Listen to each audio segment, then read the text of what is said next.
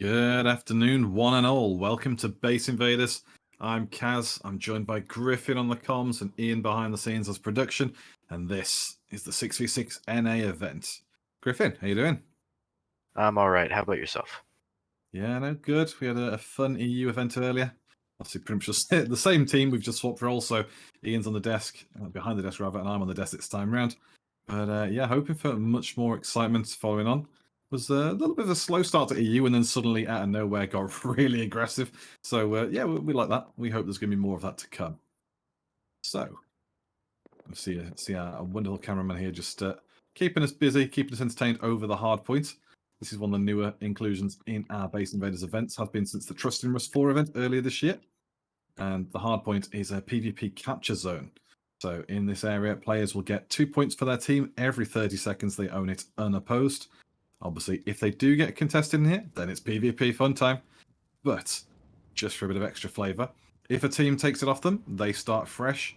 If the team reclaims it, they get to carry on with how far they were through their time holding it. So, very much worth the fight. And as we said in EU, a lot of teams do end up winning the attack phase from holding this. So, worth pushing for, worth pursuing. And I'm sure we'll see many teams come and fight for this. Absolutely, and I'm very excited for this NA event because it does look like there are two bases that are decently close to the hardpoint. We have Team Rekka over there on the right, and I believe Team Tarantul is also close as well. You can see over there on the left, and they should be an all-out war for the hardpoint to get those PvP and attack points on early. Yeah, for sure. Now we can see Tarantul here. Tarantul versus Rekka getting that first trade. Yeah, nice kill from Kirito. Good movement through the walls. Again, you can hear a lot of the shooting going on in the background. Absolutely, Nice, and I do think nice early trades. Exactly. I do think Tarantul is going to get that early lead because of those early trades. And I do think Rekka will be putting up a fight for the hardpoint this entire attack period. Either that or they will leave and try to get that early raid set up on Tarantul because I think some enemies are going to be made. Yeah, definitely. Now, again, you see Arena. Obviously, I recognise a few of those players. Fescan, I know Voxy was back today. They did play in the staff event yesterday. Flossy did and won. A lot of those Flossy members have now formed into Team Arena. As we just lost a little bit of radar there. But we are back over the hard point. But yeah, Arena, though, were very aggressive. Ultimately, not quite as fruitfully as they hoped they would be in the EU event. So, second time's the charm. Maybe they're all warmed up now. As we just watch Rekka try and move it on Tarantul's spot here. Obviously, Tarantul top of the leaderboard, Arena second, Terramok third. But we're only 3 minutes in, this will change very quickly. And exactly. Patrol Heli's gone down to Team Neverwin, so let's see if we can have a look at that, see if that's contested. Yeah, the Patrol Heli, I believe, gives a total of 15 points if your entire team gets all the crates. And as you can see, the bases are spread out a little bit more this time in small little clusters, but there are less teams this game, so it could be a lot more of, say, 1v1s rather than grouping up on one small base. It could be a lot of that instead of the huge mob that happened in the EU event. Yeah, and we do see as well, like in between the EU and the NA event, the difference that teams will often build where they think is the best place to build, and then they realize everybody else had the same idea. So when it comes to the NA event, they often tend to mix it up and be a bit better spaced out. And the result of that tends to be more entertaining because a bit of distance gives a chance to counter raid people, in terms of they've gone out and raiding, let's go raid them. Oh, they've come back, let's defend. Much more of a story happens, the back and forth. But it also gives teams a proper chance to raid, whereas if you had 6 teams around each other, you tend to see that everyone stalls everyone out and nothing really happens. We can see their Team Fura eliminated again, second event in a row that they haven't had sufficient players to play. So I think they need some new friends. And while that was going on, EUNA landed on the floor with their mini. I don't know if they're... is he going to get walls up? Yes, he is. Anti-Rat getting some stone walls up outside Neverwin's base. They were the ones who took the heli down. So the question is, why are they just letting people rock up to the heli they've taken? It's a good question. I wonder if they're just waiting for people to move in, or they are currently on their way out. If you can see on the right there, you see 2 Neverwin members headed up. I imagine they hopefully do have barricades and that kind of thing on them to push up and obviously get those heli crates. You can see Neverwin CT Mitch doing his best to get the other member, but he goes down to anti-ret from Yuana, I think that is, yeah. And Neverwin Damien is the last member alive. Yeah, so Damien holding good line. You'll notice a lot of these gremlins don't wear pants in Base Invaders. They just quick kit of head, chest, skirt, maybe some of the gloves. And yeah, imagine if he had trousers on. Wouldn't have got shot in the legs there by Anti-Rat. So Damien goes down. Anti-Rat's got a good positioning through that wall, just peeping, and Rare and Anti-Rat are holding this attack, Ellie. Absolutely, and the problem with pants is it takes one sewing kit to make, which could be very valuable in case of making, if you're going to take either a pair of pants or a chest plate, what do you take, right? In that situation, I would take the chest plate. And that is one of the reasons why pants aren't usually worn all that much. I know in some other cases they are used in kits, but it does look like Yuana is going to take those crates early, at least, or at least wait till the fire, because most of their team has come to back up, and I don't think Neverwin is going to get these crates. Yep. So as you said before, Griffin, 5 crates from the heli, 3 points per crate for a total of 15. Obviously, similar for the Bradley tank over at launch site. It's 15 points per these vehicles, except that one's 3 crates and 5 points, just to make life difficult for the casters. So 15 points available. EUNA now pulling in numbers, 4 of them here outside Neverwin's base. I'm very surprised by Neverwin. I honestly thought they would rush out there and get some walls up themselves and make a real job of this. And EUNA much more with the initiative here, much more gumption is probably the very British word I'd use, but just generally the drive, the desire to hold this and to fight. So it doesn't bode well for Neverwin that if they're willing to just sit at home and try and shoot like that, and they drop Max Selly, fair play. But if they're willing to just sit back and then hope they can walk up to the objective, I don't think they're going to have much success in the raid phase, and that means they're probably going to be picked on as an early target if they can't fight an objective like this. Exactly. Honestly, they needed to get out there faster, and they needed to place down barricades, and then they would have had a standing chance to the crates. You can see 2 members now going. It looks like some of the fire has been put out, and now they're having a little bit of a team argument over who's going to go. You can see Damien over there on the right trying to get an angle on any of the EUNA members, and you can already see the first AK bullets being fired at him, and he's doing his best to stay alive, and I don't think that he's going to be able to claim any of these heli crates as Max Selly gets the final ones. Yeah, nicely cleaned up by EUNA. Again, Damien, to be fair, we'll give credit to Damien. Damien's pushed out and been quite offensive, quite aggressive, trying to counter. Moon also braving out now, but it just feels like too little too late. You know, you've got to be more proactive in Base Invaders, especially with objectives like the attack heli that move around. You know, you've got to really get in there as quick as possible. And so many teams do, and you know, they get barricades set up, they get themselves into these positions that they can say, right, we're going to hold this, we're going to keep you at bay as long as possible.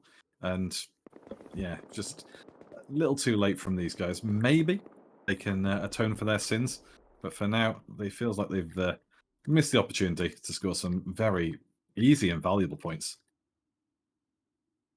Exactly. Now back on the hardpoint, we can see Rekka is currently holding the hardpoint. Like I said, it was probably going to be a back and forth between the multiple different teams over there. I wouldn't be surprised to see Tarantul try to launch that counterattack. You can see Jack from Tarantul now moving towards the hardpoint to hopefully retake and hold it down for his team. But you can see a Scrappy off in the distance, possibly flying to the hardpoint. There's already 3 Scrappies on the hardpoint, so I'm wondering how many we're gonna waste before we start to take some back.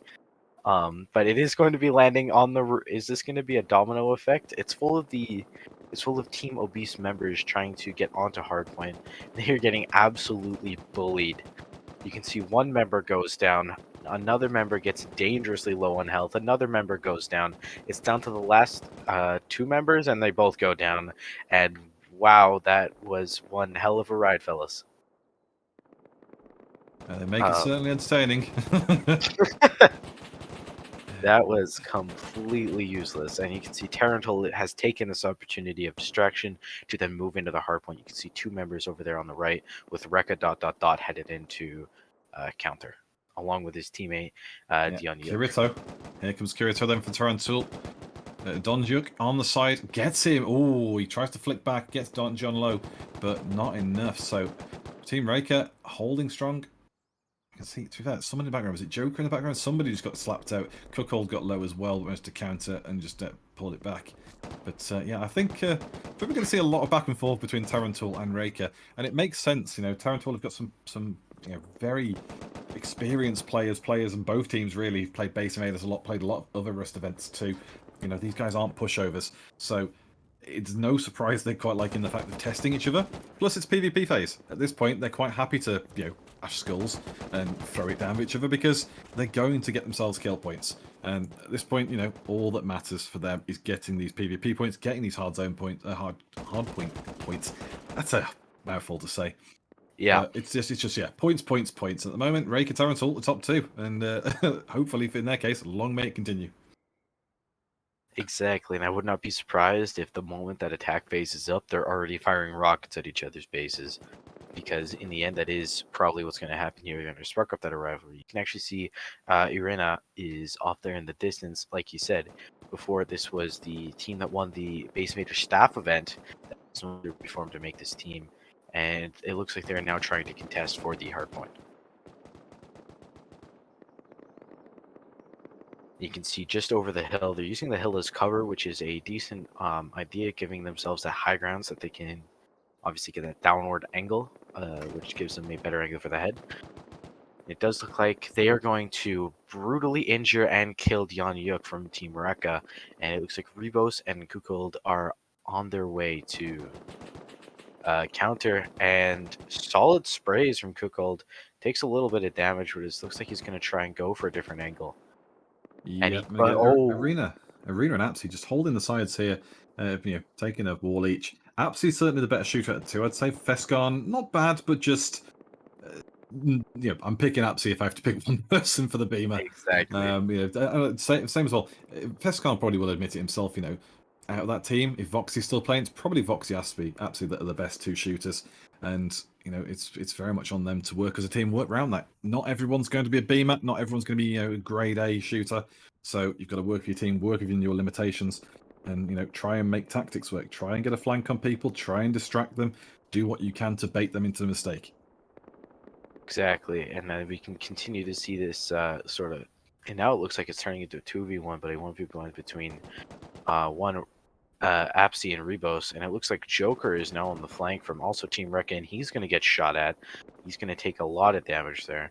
And it looks like Reka Dion Yuk is finally back, running in naked, hopefully to get his kit.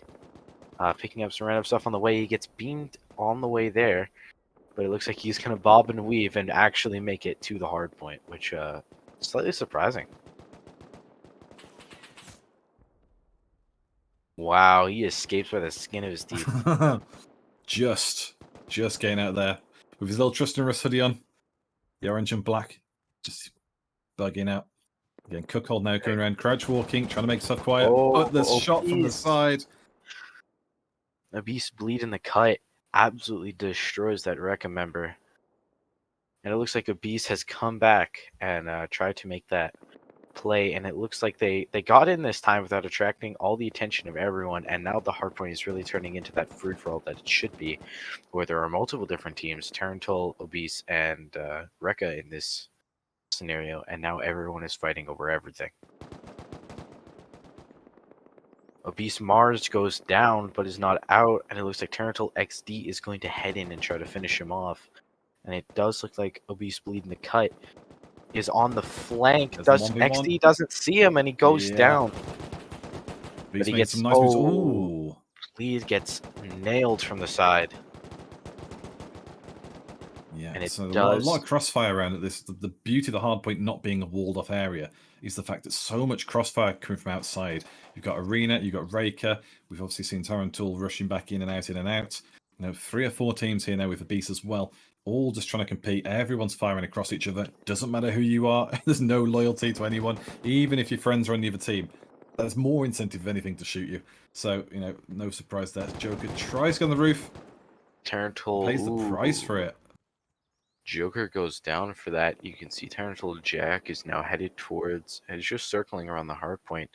And it does look like Tarantul is going to take control of the hardpoint a little bit earlier, but it does look like Irina Pinocchio is currently on the outskirts looking for a quick beam. You can see shots flying. Pinocchio doesn't look like. Oh, he did look like he took a little bit of damage there, but he's healed back up and he's back in the fight. He's going to be looking for that pick on Hixar. Oh, Hixar goes down to 11 health, 0 to so 11, which Hixar means he goes down. not Pinocchio goes down. Oh no, he not very doesn't. well He was geared. healing. You can see that long range AK fight between Pinocchio and he There we goes go. down. There we go. He tried. He does did so well, and He then did just so just well. couldn't. Exactly. He tried his best. It just didn't work out. And Taranto will be taking control of that hard point. And it does look like the amount of scrappies based around the hard point is going to be the exit plan for when it's time to go back to base. There's a stupid amount of scrap helicopters there, but we're gonna keep going. So It does look like we are looking at maybe they're trying to bait in Team Arena, because Arena in the Exactly. staff event as Flossie, they were collecting helicopters. You know, maybe they've got a thing for vehicles. Yeah, trying to. Oh, who knows? You can actually. It does look like Raynor has taken down Bradley, but Zid is or Zid or XID, however one you pronounce that, is currently farming off of Primlock. You can see XID Nikita there and Goba 1K. Looks like they are camp outside. Nikita goes down from the roof by Jack the Ripper or from the gate. I think I read that play a little wrong. Yeah, useful to peek the gate though. I like seeing people using the slats in the gate. Obviously, it's two-way. You're not just peeking through on a free shot, so you've got to make sure you make it count. But yeah, I mean, Primlock by name, Primlock by nature, they are fighting back Jack the Ripper from the roof. But realistically, I mean, we saw Lays do well earlier. Lays played really well. The team struggled, but you know, Lays put in a good showing. So hopefully they're not purely Primlocked in base Invaders today. But it's going to be difficult, you know. I don't know. Ian made some good points about peaks on the rooftop in EU, and while this base has some nice viewing angles, I don't know if it's enough for the peak down. And I'm worried that while it's very friendly to living on the top and denying top down, how much work is it going to be to breach the bottom and push your way up? Because I personally think as long as you get close to those walls, they're not stopping you. Exactly. If you can ladder up the outside, if you can ladder up the outside and start keeping them busy on the roof rather than stopping your teammates in the base, you're in trouble. Ooh. And a Primlock member gets absolutely beamed by an XID member. It does look like XID, multiple M's, was the one who picked off that kill, but now is a long-range AK fight from the roof. And that is a lot of distance between. You can imagine the recoil is going to be stupendous. And you can see everyone, and again, back to the point that you're making about the walls and living off the roof. During the staff event, we did in fact live off the roof, and one of the reasons why that was made possible was because the base was so thick that the only real entry that they needed to go through was the roof. And so putting all of our bags and guns and shit up there was probably our best bet, because we'd have the best form of defense. And they have not done that. The base is a little skinny to be completely living off of your roof. Yeah, and I was going to say, we've seen metas come and go during Base Invaders, and obviously when I first started casting, December 2020, around then, and it was at that point that we were starting to see what we'll refer to later, the Advent Calendar meta, where lots of people were building doors into the walls, and they were making so it was very difficult to find where the TC was. You've got to burn through all these doors, and that's great. And we've enjoyed that, and teams still use that to this day. Over 2 years later, we're still doing that. But what we've also started to see is some adaptation, and so we've started to see teams that are going for, rather than just loads of doors, they have a couple of doors dotted around each wall, each big wall, and they're corridors hidden behind the walls of doors, and secret ladder hatches and stuff. So teams are adapting on that front, and teams have adapted the rooftops from just being a sealed off barricades and gun turrets and stuff on the top. And now they've gone to peaks, and they've gone beyond peaks. Now they're going, okay, we can't just have flat edges. Now we need peaks down through the cracks. We need special clever ways of layering triangles, double skinning, extra bits of framing. And so innovation's really been the big thing we've seen in the last 2 years I've been casting this, that teams are starting to get some really cool ideas of how to best optimize a base to their needs, whether they go wider, whether they go taller. Team GN love to do a reverse walled 72-story stack. It's awful, but it keeps them in the game. You know, everyone's got Exactly. something that suits them. Now, They have walled off heli.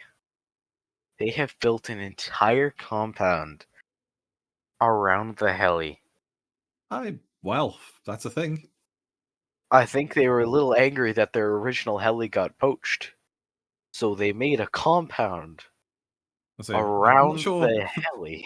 not sure how legal that is, but It's not sealed, so yeah. technically it's legal.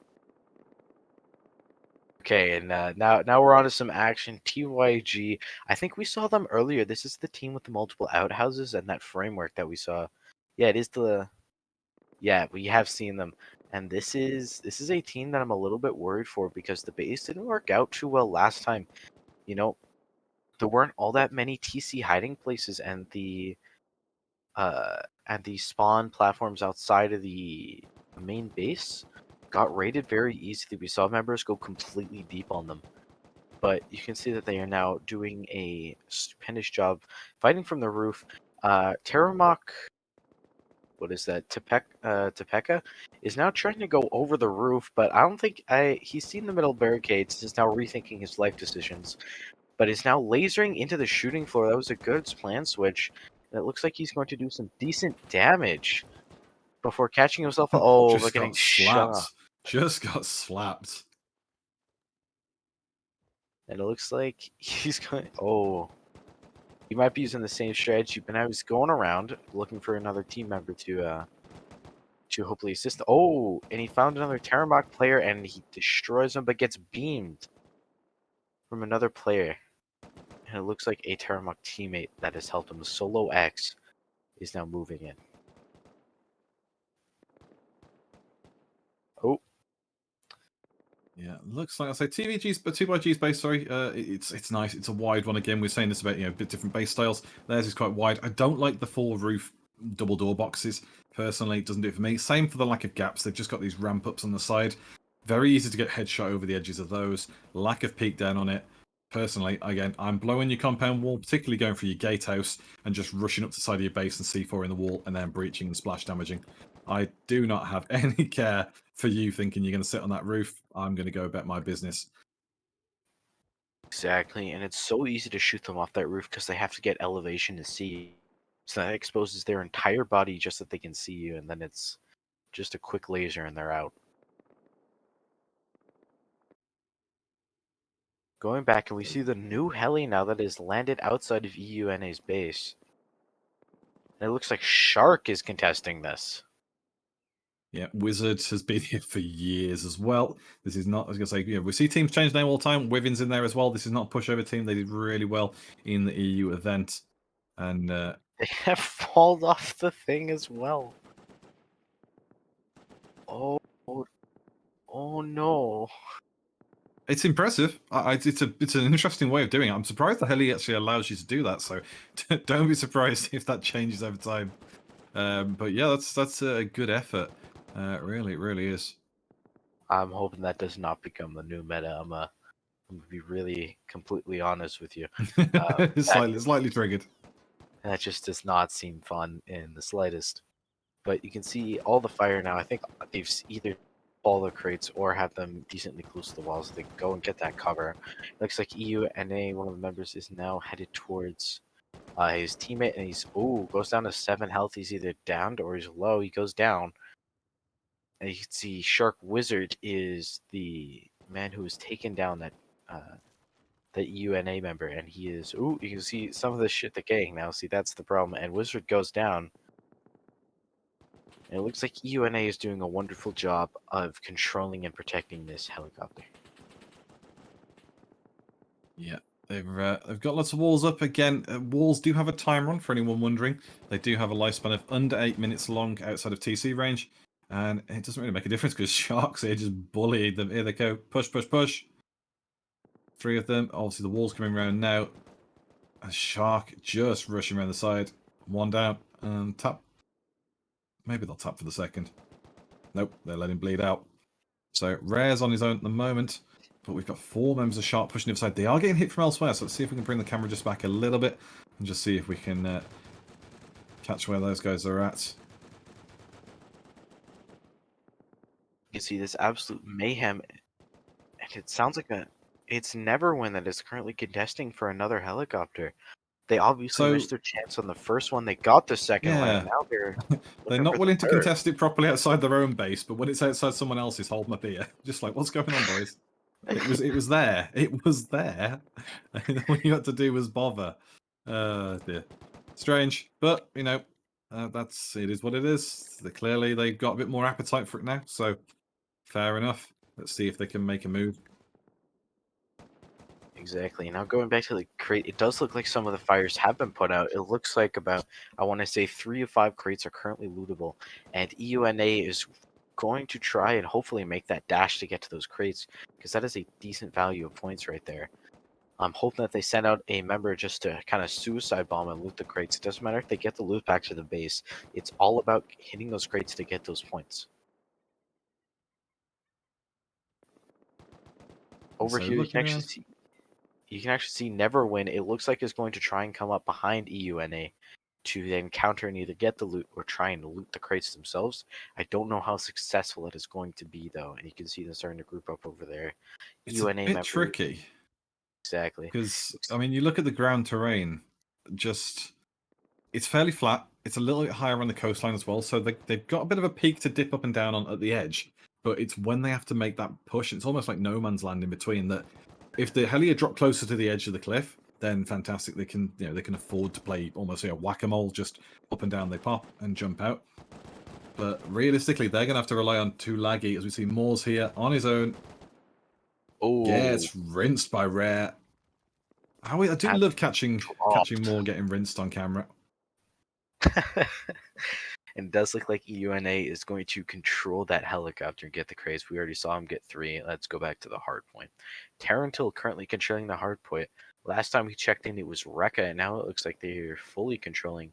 I don't see any Rekka members in the general vicinity, but Obese is going to be looking at their base and sort of farming some PvP points off of that while they control the hard point. Hixar is now coming in to assist the rest of Tarantil in controlling this hard point. You can see Rekka now. A lot of the members are either on the roof or headed out. It looks like there's going to be another fight for the hard point. Yeah, and it's the right thing to do. The hard point is still worth it. Obviously, we can see, Tarantul top of the leaderboard there on 86 points, 84th Terramok, 66 then gap for 2 Laggy in third, 65 Raker, 57 Masio. It's fairly close between the top two. Obviously, a couple of points in it, but even then, 2 Laggy could make a push, get a few kills, maybe push for the hard points. But it's honestly just showing how valuable this area has been. And you see Tarantul just cleaning up on the PvP points at the moment. As we just pan around again, Hixar. I know we can see XID Ryzen in that scrappy in the distance. Not sure if he's scouting or preparing for the raid. We've got just under 2 minutes before the raid phase begins. Again, winner of attack phase gets 10 bonus points, but that means not a lot if somebody comes and raids you straight away.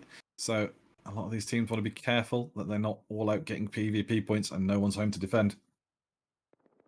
Exactly, and I wouldn't be surprised to see some of the Tarantul members go back a little bit early because they know that they've kind of made themselves a target here and they are probably going to get early raided. And then you're going to need all the manpower possible when that boom starts flying.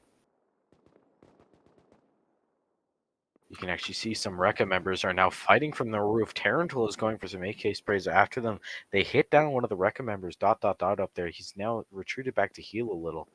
It does look like Kirito is just a little bit of a beamer, and ooh, it looks like he goes down. He's gone off the grid a little, but he went from 60 to 0 in my perspective here, and it does look like that the rest of Tarantul is now fighting from the roof. Joker just came out the gate and is now headed. I'd love to go and have a look at Raker's base because it's a bit of a castle structure going on, and it's not the first time. It's not the first time a team Joker's been in that has got a bit creative with the build style. Again, you look at the base. The compound is so full of base. It's a nice wide ground floor. This is a heavy base for a 6-man, and again, this is a style almost like a rounded triangle effect.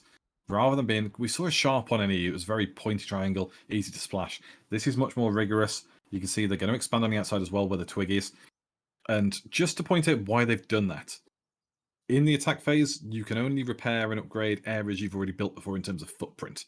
So in the build phase, you can build as wide and as much as you want to. In the attack phase and raid phase, you can only repair what was an existing space potentially occupied. So what they've done cleverly is occupy the space, make sure they've got a big fat base they can build and repair within that space. Sensible. They're now occupying it, and there you go. Into the raid phase we go. Tarantul get the bonus 10 points for being top of the table. Hard points are now off. Raid phase can now begin. Boom will be starting. And shortly you will see a red circle appear somewhere on the map as teams start to lay into each other. Question is, who's going? I already heard the first rocket get fired, and you can actually see that it looks like a decent-sized fight is started out. Primlock versus 2Laggy. They are currently firing rockets at the side of the compound, hopefully making that hole in the side of the base that they can start looking for that TC.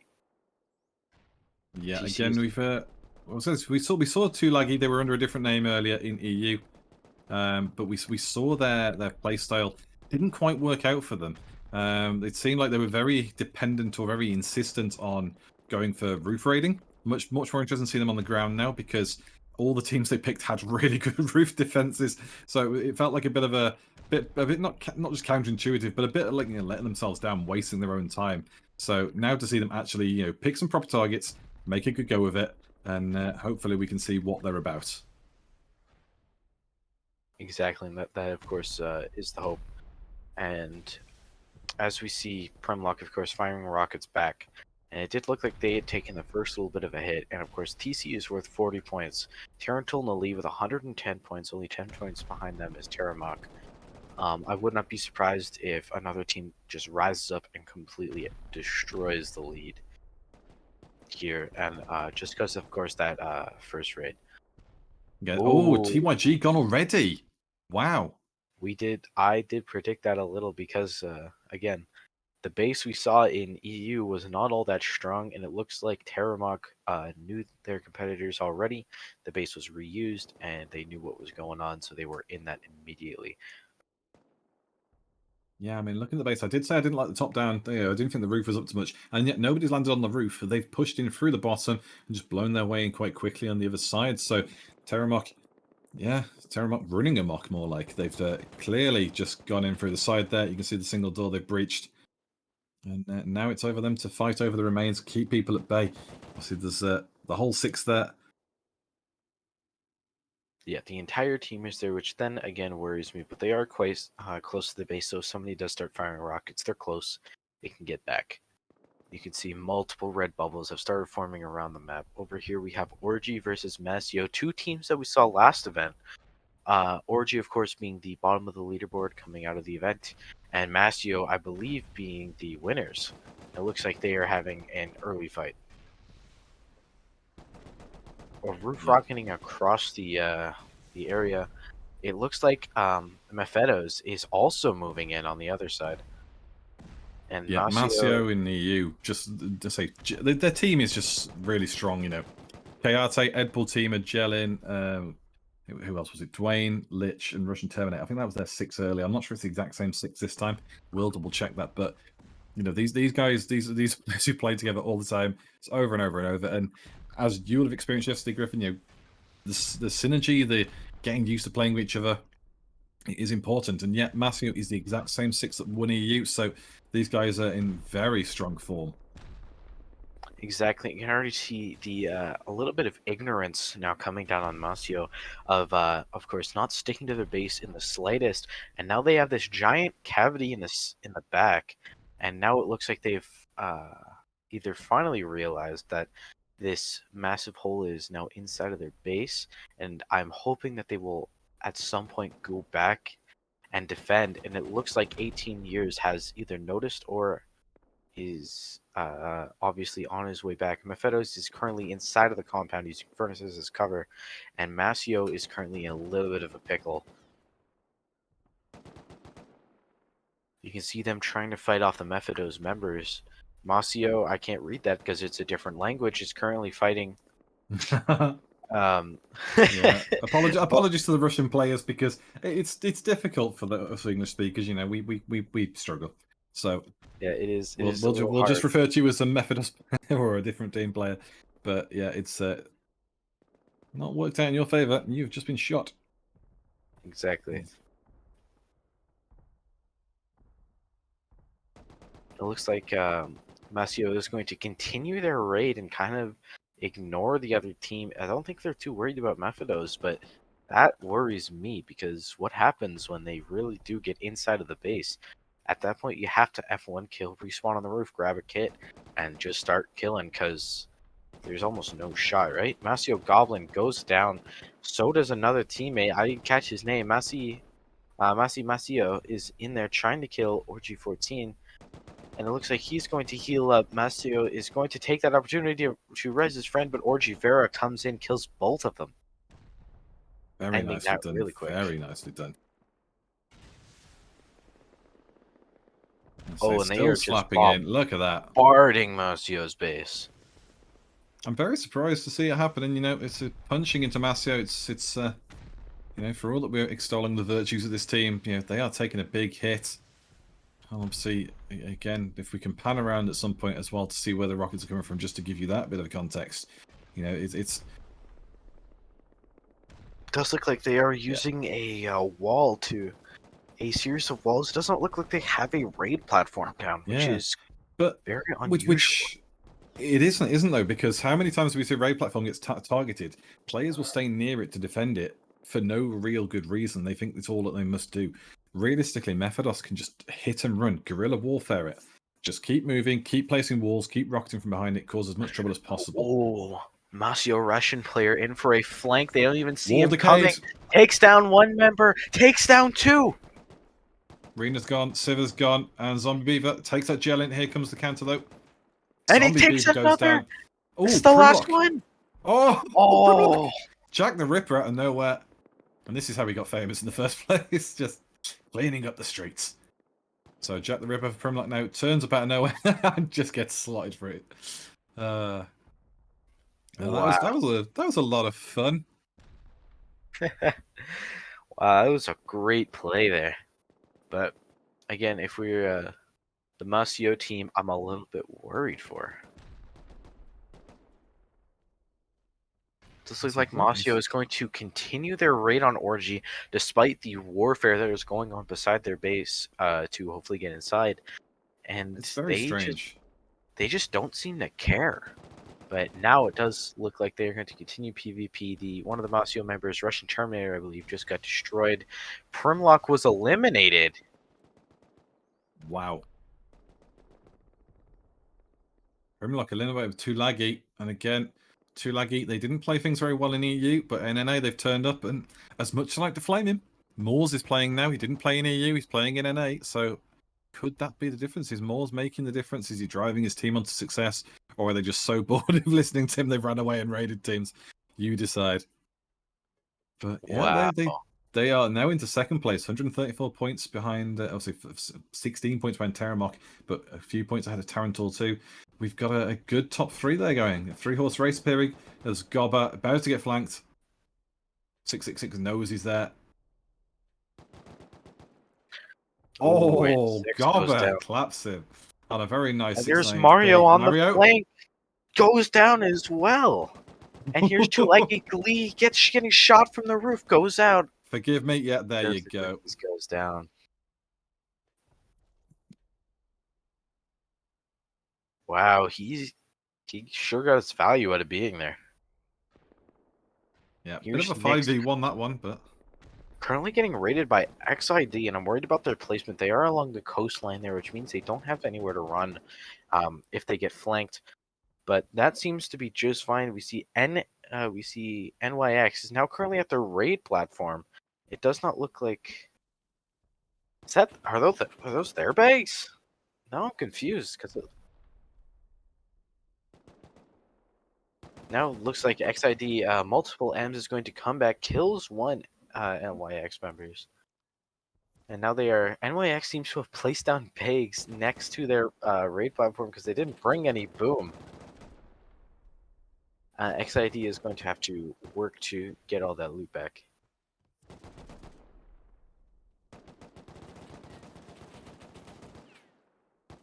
Jimrat taking down multiple XID Gaba. It's up to him.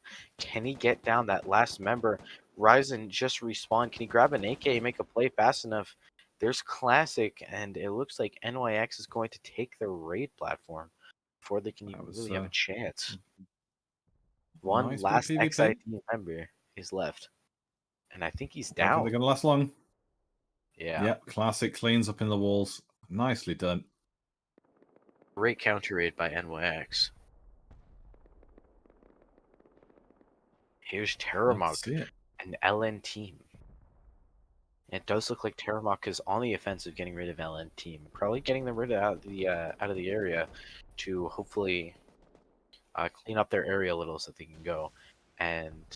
But they are currently firing rockets at Terramok, getting that cavity in.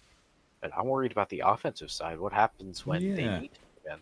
It's a bit frowned upon, roof raiding. It's a bit scumbaggy, but at the same time, you know, if you're It also not a very good works. team, and also if you just enjoy being a scumbag, it does work. It does pay off usually. If you've got the aim, if you've got the cover from your team, you can go and slap people. And you know, Terramok at the moment need to respond to this. They need to fight back. And the only problem is that by LN team doing this, they are taking return fire. Terramok are pushing up their bugle. They've got a frontline wall there, Andre, as well. The risk is that they're going to raid you out quicker than you raid them. And while Link is pushing on the outside, and Link is, you know, a good player for Space Invaders, you just see what happened there. Link and Andre trading. Link's the one that gets dropped. So looks like he's going to quickly heal up. It does not look like he's gone down. Looks like he's going to heal up before going for another flank. You see Andre there, headed up to fight Link. He's peeking. Link currently at full health now. Is he going to do a peek? Andre going back for just deciding against his heal, I guess? Link peeks. Link peeking around. Takes some pop shots, but ultimately gets shit. And does not look like he's doing too much currently for LN team. 51 health. He just does not. He's not really, you know, doing that flank that he needs to do. LN team is currently getting lasered out of their roof, and you can see now that the walls are starting to come down on LN. And I would not be surprised if they go down soon.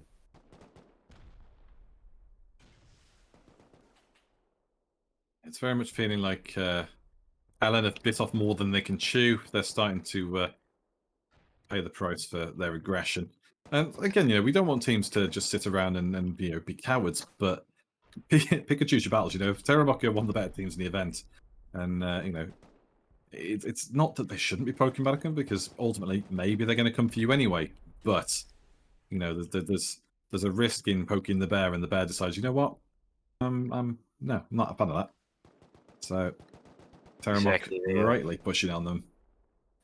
And it's good for them too. Terramok, and you know, Terramok don't need inspiration or instigation to go and raid people. They are currently sat in the #1 spot. You know, they are looking for fights. They want to win the event. They don't want to let you know, scrubs who won before win. This is their time shine. And it does look like that the Terramok team is Lil Pig's team, so that is just fantastic. And I can't wait to see more than one Little Pig to confuse us again. Yeah, I don't know what's going on with that lately. Why we've seen a billion Lil Pigs, but you know, clearly there's a fan base. There's desire to see him. So fair play to that. I'm not gonna complain about that. Mad because bad. Currently running from Link. You're currently running from Terramok players. There's Link. 50 health. It looks like he's going to try and get to some. Good shot. Ooh. You see LN team member, looks like Mr. Destin has taken down one of the Russian players from Terramok. There we go. Forgot the name there for half a second. And it looks like most of Terramok has gone down. The last member there is Burgor, and he doesn't even have a gun on him. Link has hurt him, and he's going to quickly exterminate.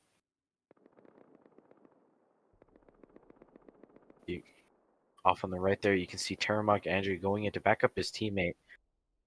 Link at 11 health. Is he downed? I think they're both down. And the EUNA has gone out to Raker. Let's see if we can have a look at that one quickly. But I say, surprising that went off. That's down in the south over in J15. Bit out in the open, out on their own. So in that sense, EUNA going out doesn't disappoint people. Ooh, big zoom there.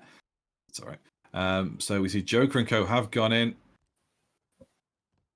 They are shutting the door up just to keep themselves safe while they loot up, because Yeah, I say Caster, giving you permission to go through. But yeah, you can see they've done quite a clean job. And again, this is what I mean by advent calendar on the doors as well. Yes, you've got, on the advent calendar style, normally you see lots of doors. On this one, they've done more like 2 or 3 doors on each level, on each It looks like side. they just got lucky. It does. You can see that there Probably. was the TC there, and I really think they just like ran around to the first level and got TC. I'm surprised though, because what I was trying to say was, this looks like they've buried the CC, like the compartments in the walls, and that sort of style of advent calendar. Actually, looking at those, it just looks like all triangle foundations in there, literally compartmentalized. So it is the normal style of advent calendar. They just didn't do enough of them. So bit disappointed in a UNA for that one. Also a bit risky that they're in the middle of nowhere. Again, it helps, if somebody flies out to you, if they got the upper hand, there's nobody going to.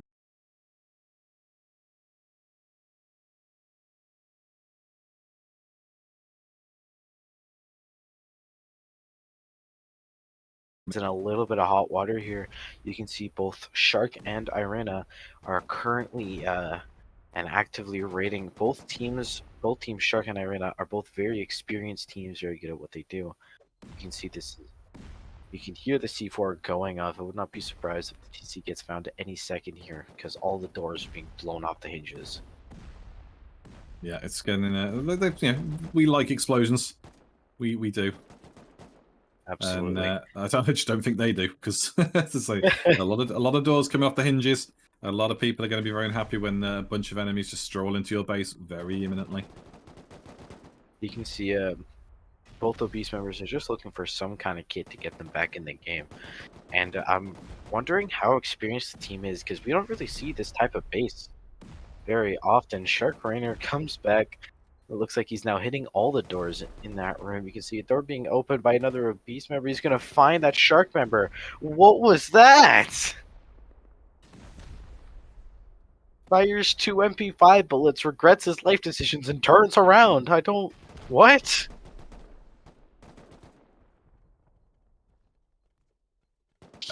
Words. No words. I think he got confused.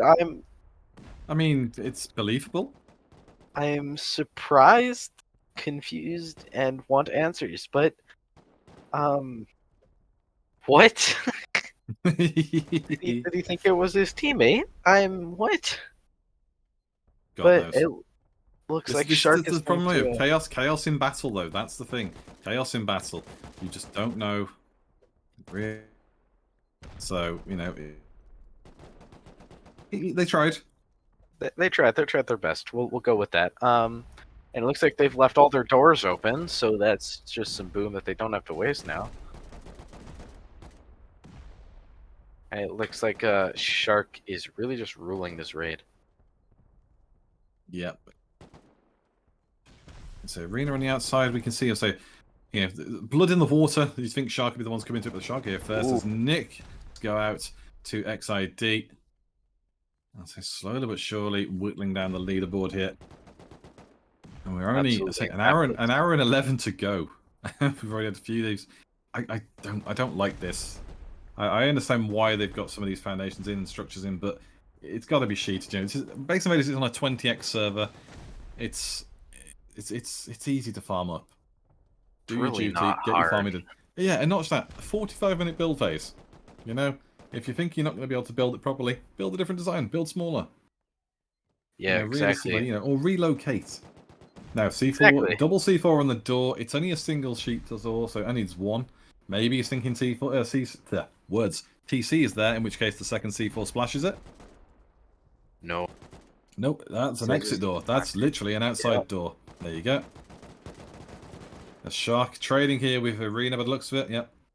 Fescon and Dumpy and Pinocchio. Wow. Oh, there you go. Gets Pinocchio, loses to Dumpy. It's a decent trade.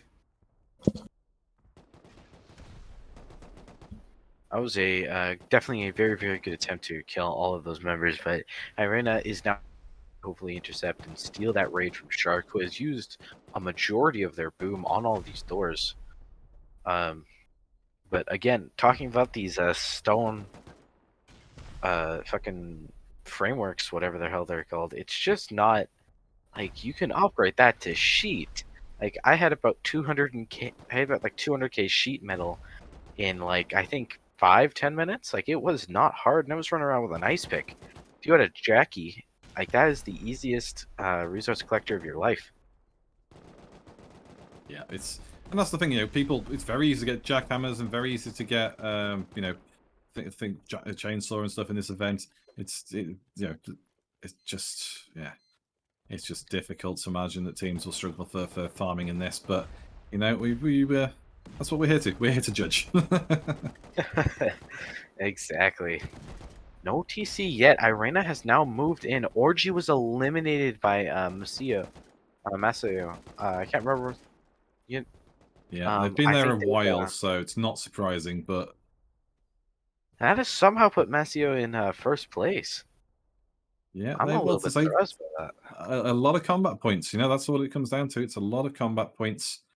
Masio have been fighting for a while. Yes, it's not been probably as smooth as they were hoping for, but certainly, you know, it just the war pays off.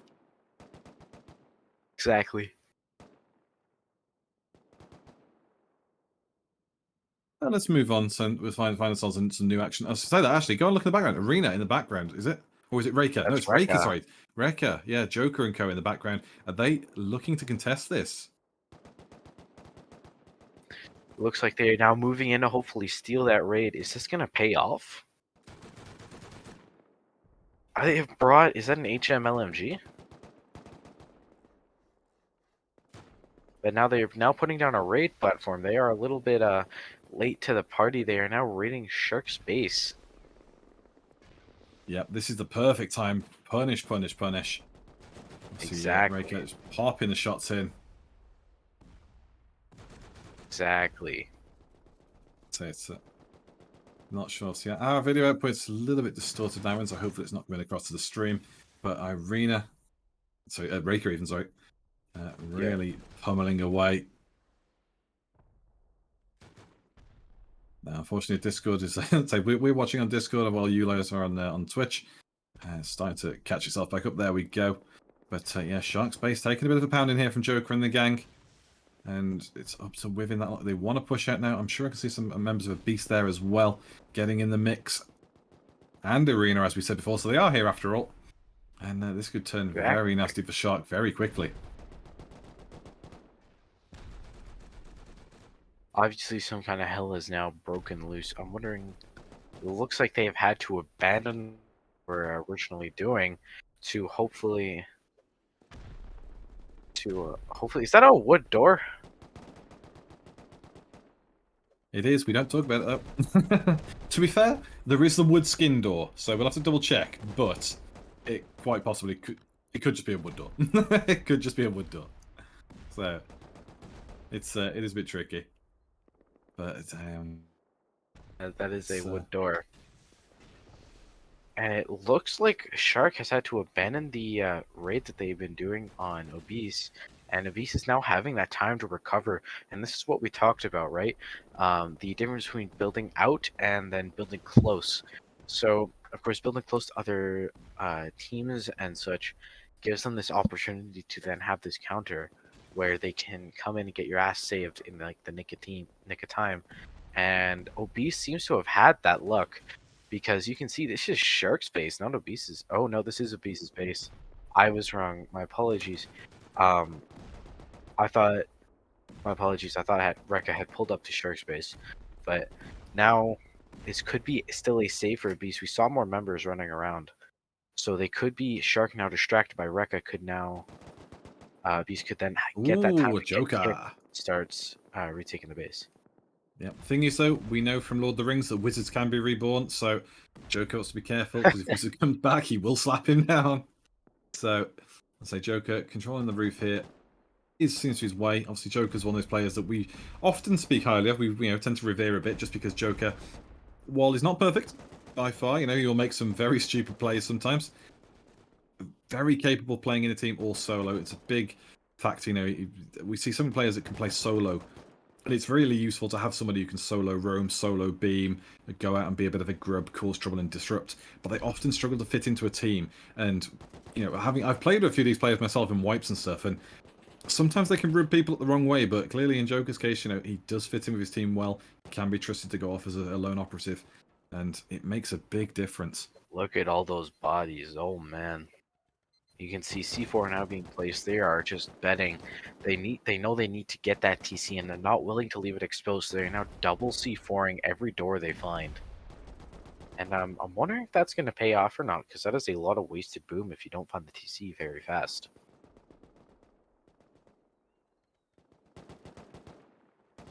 And I can actually hear things being placed down and locked.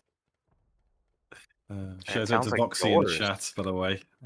We got Voxy from Team Arena in chat. Team Flossie says, "Did someone say Griffin was 14 because he sounds older than me?" No. I mean, bit of a deep voice, but I am 14. Feels bad, dude. Feels bad. Oh man. Now so yeah. So looking at this defense, I say so many people here. It's almost the classic line of, you know, too many cooks spoil the broth. Of while trying to get this raid off here, everyone and anyone's causing chaos. As we see, oh, and LN team.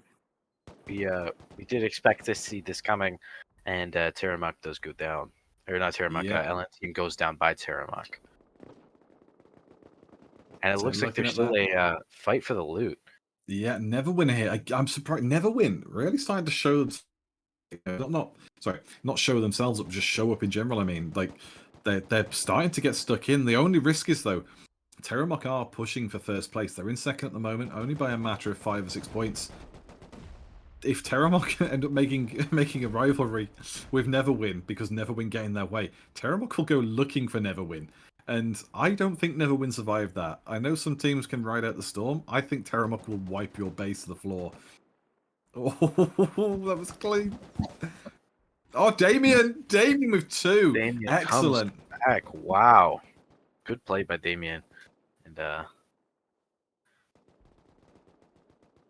and as we continue on, we can see Neverwin now. I think they are looking for more kits to pick up and more players to be killed. We can see Obese is finally eliminated by Shark. They finally found that TC. And I think now they will be looking for another fight. Terranok, Russian player, goes down. And such. And it is looking like we are trying to find another raid to look at. It does look like 2 laggies being completely left alone. That is a lot of furnaces. What the hell is that? I mean, this is a compound that clearly got away from them. And I don't know why they need as many furnaces, but you do you, boys. Maybe they're using them as like defense positions, because furnaces are quite useful for peeking through and popping shots at people on like sly angles. True, but like also there's like 20.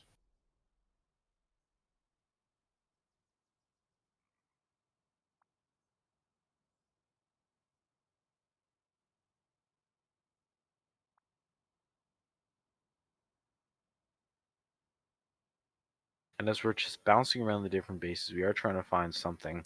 And it does look like oh, I can't read that. The screen is a little pixelated on my end. It does look like XID though, and the only reason I could tell that is because M has been spammed in one of the user names, and I recognized that and immediately knew the team. Yeah, and now you can see being punched in the side. Gobber, Ryzen, Gymrat.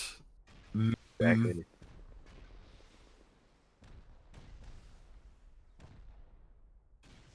Yeah, we'll give it 1 second. Just as we're watching them punch a hole here, we will go to a break very shortly. I'll give it another 30 seconds, so just while we watch this space bit pummeled in a bit. Hopefully we can clear up a few technical issues on our end there with a little break. But you can see here the Methodos, sorry, Masio base even, is it? Is it Methodos? I think it's Methodos. I think it's Masio's in the background, yeah. Methodos at front. So Methodos' base armored up at the front and on the shooting floor. It's meant nothing. They are. Yeah, say, watch as Ian, our cameraman, says, "What shooting floor?" Because that just got battered. These guys, XID, are taking no prisoners, and for a team in 6th place, this is far more aggressive than their position would normally suggest. Exactly. Blowing a big hole in. It does look like somebody's going to walk up and C4 those compound walls down so they can start laddering in. Yeah, because that is the on team the flank. oftentimes. And Zombie. ooh, zombie beaver.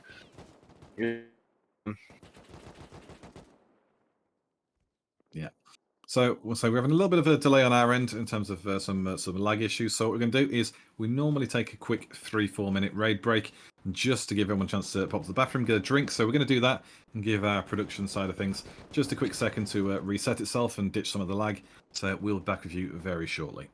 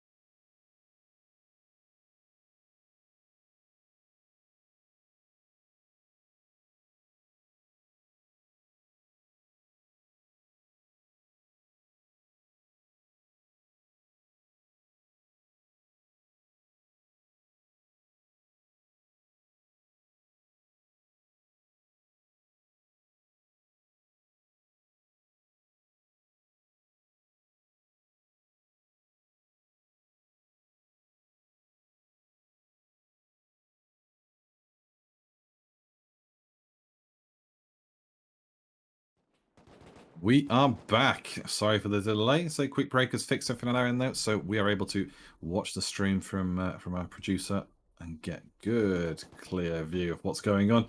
Now, while you were gone, Masio did push out onto XID raiding and have cleared out that base. Again, this isn't Masio's base. This is Mephidos' base. Masio have done the raid defending for them so that Masio can then go and raid them. This next level play, 3D chess going on right here. So Masio cleaned out the opposing raiders and are now looking to take control of Mephidos base themselves. And, you know, it's a very nice process they've done. Obviously, XID still coming back, Gobba and Jimgrat. Christina in the mix for Mephidos as well. So it's a bit of a three-way scrap.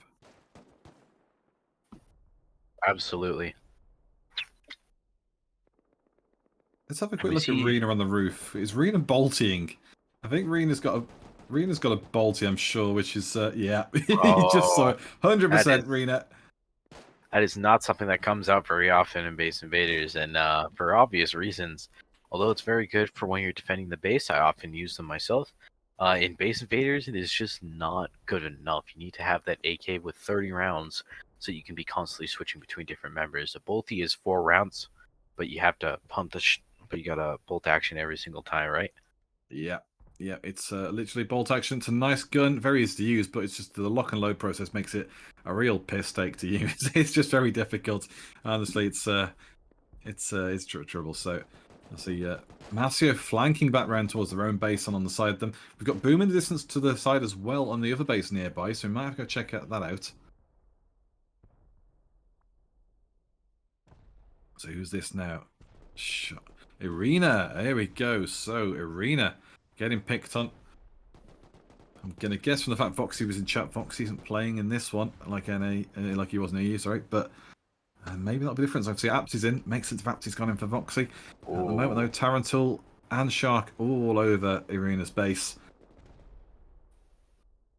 Look at that. Again, like I've said this before in past events, I said it in the last event, and I'll say it again. The perfect strategy right now, unless you're going to top down the base, is you hit the cavity in the side, then you hit the compound, you ladder up, and you start going.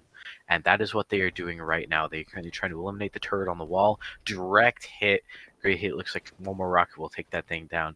They're probably going to ladder inside of the base, and Shark is already on it right now, C4ing the ground.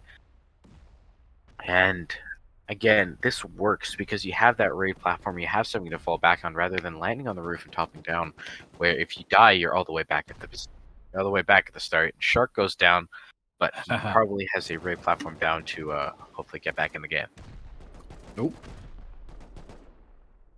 I was worried there for a second that Rena were getting caught out by somebody, but I was like, who the hell's got up there that quickly?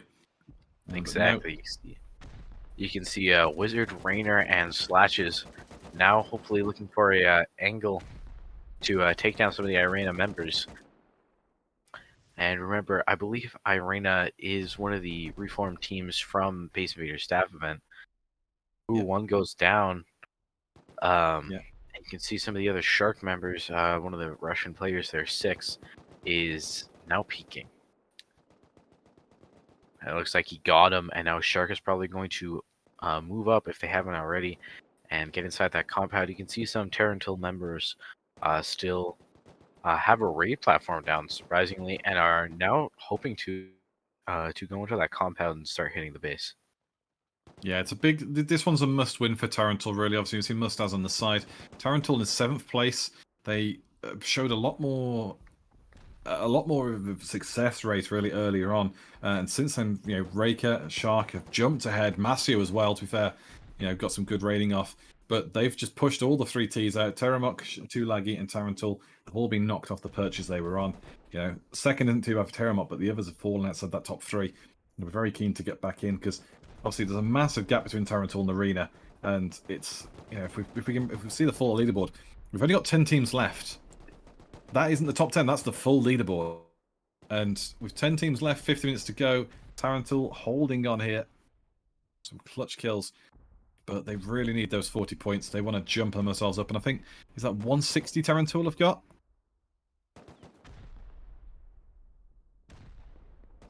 So Ian's concerned that somebody's arse is hanging out. Listen, it's Base Invaders. You know, we don't have to worry about that. Yeah, cheeks are going to come out sometimes. Cheeks are going to come out. Just have to, okay? It's just fine. Like, they're trying Are they shooting at the execute. heli? Someone trying to fly in. Or are they shooting at rooftop? Oh, no, what was it? There you go. Oh, hello, XID. There we go. The boys are back in town.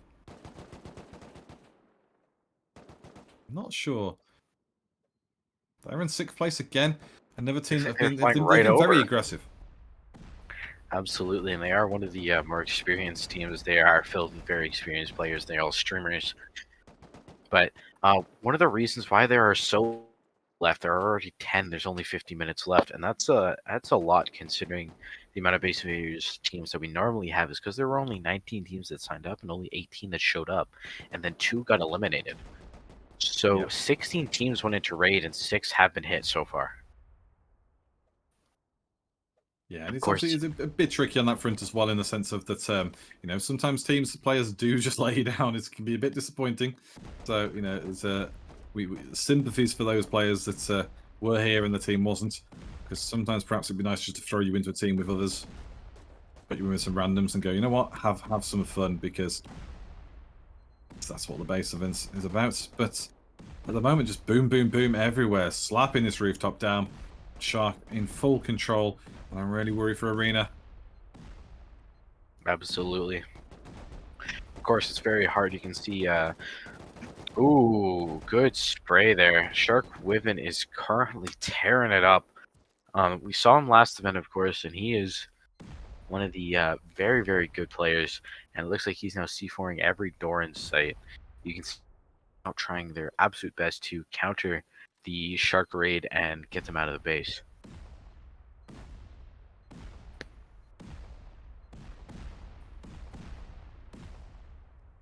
A lot of boom going off currently. You can see all those trapdoors are now currently getting hit.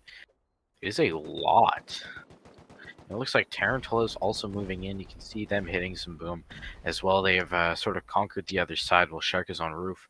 And it could be anyone's game here. It's depending on where they put the TC and who they thought was going to get it. So it could go to Shark and it could go to Tarantula.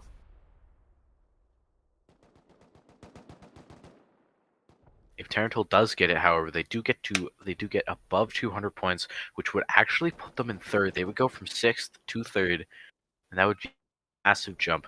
While Shark would also only get the 3rd.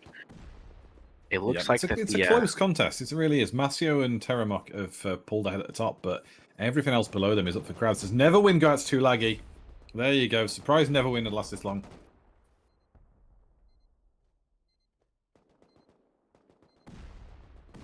You can see XID still flying in the copter, doing the best they can, and it does look like that. Oh, it looks like an Irena member has come back, and what a landing with the mini! Wow. A shame Whiffin just walked in and killed him. And then Wyvern just bodied him, but still.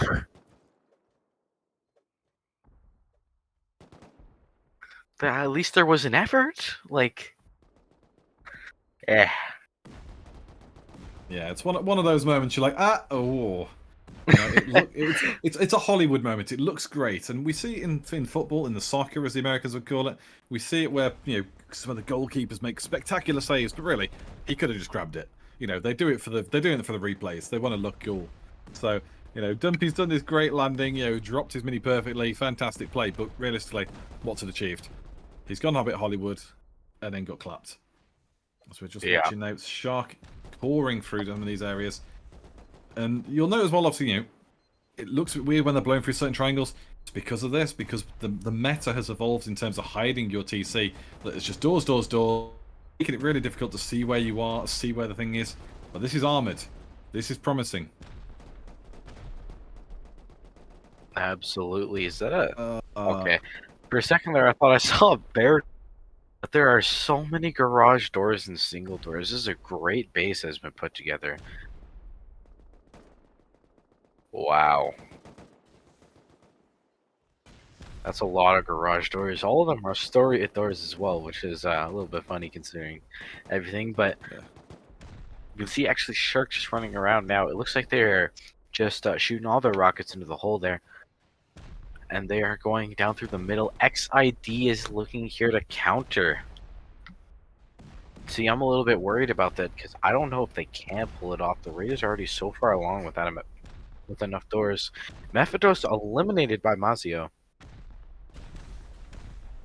Yeah, it's taking time. Masio extending their lead now at the top. Terramok second. Too laggy third. It's getting a bit decisive now. We've got 44 minutes to go. 8 teams left. I've said repeatedly. Yeah, remember XID in here as well. It's lurking. But we've had so many base invaders events that have come close. We've done to like 5 teams, 4 teams. I don't know if you've had one that's down to the last 3. But I'm really hoping that today could be that day. Even today could be the day where we get to 1. Can we finish an event early where there's just 1 team left? That is the dream for me for base invaders. I think at that point I might have to stop casting. End on a high. End on a high note? It depends. If it was someone like Yogi Bro 1, maybe I don't end on that one because but yeah. Look at all C4 though on these doors. It's just boom central at the moment. Shark in full control again, as we say, but it's a lot of work for them. There's a lot of armored doors, a lot of armored floors, sheet walls everywhere. Where is that damn TC? And there's more doors. Fuck off.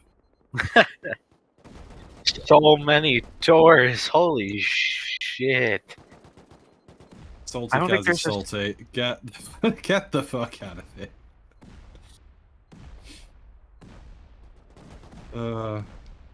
If TC better be behind here. I swear to God, TC better be behind here. It's aggravating me.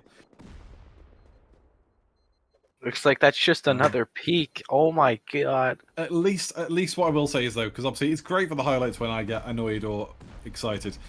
It's great to see this. They're delaying Shark as much as possible arena with this base. They've clearly built something that people will hate. Even I'm starting to get a little bit angry. Like, what the hell? There was one that was an Advent Calendar base that me and Blast casted, and they had the see-through doors, the red doors with the window, and you could see TC, and they didn't check the door, so they blew up every door. They could have spent 2 C4 because they could have looked through straight at TC.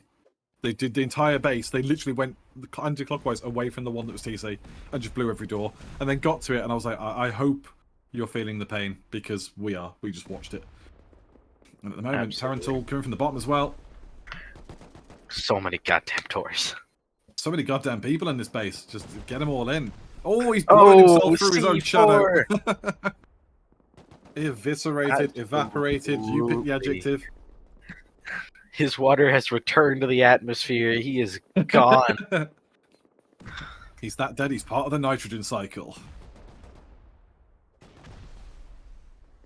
Yeah, doors galore. Just show us that bloody TC. Oh, he gets crunched from top down. Are they going to jump in? Fucking hell. Bit of team kill stuff going on. Obviously, it's going to be murder for the players in there as well, because this base will be shaking from all the boom. It was an old tactic that RNC used to use and others did, where they just drop so much C4 it just rocked the base more than your recall could handle. But I think we might trust Ian's instincts of where to go next if we're going to pop back outside the base a little bit or something, just because we're trying to find where the players are at. They've clearly... everyone's here. Yeah. XID pushing through the side, and again, clever to breach the corners because then you can see the access points in terms of the triangles and get yourself into behind the scenes. Peek through the door, Ian. Go on, you know you want to do it, Kaz. You want to peek it. How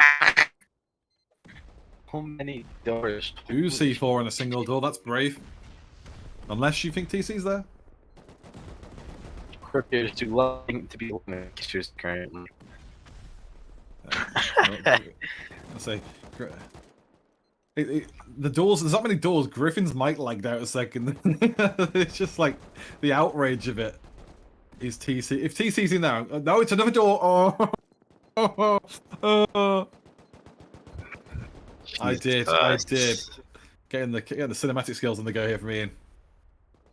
Show me. No, it's a ladder. A ladder. Ooh. Where does it lead? But where does it lead? He's jumped down. There's something down there. Follow that man. We're not giving up until we've got the TC. The entire rest of this event can just bomb. I don't care. I want that TC. We'll find this TC. Another door. That's has to There's be more expected. doors. And Kaz sounds like he's going insane, ladies and gentlemen. I think he's Yeah. losing it. Well, this is sure gonna be one for the highlights.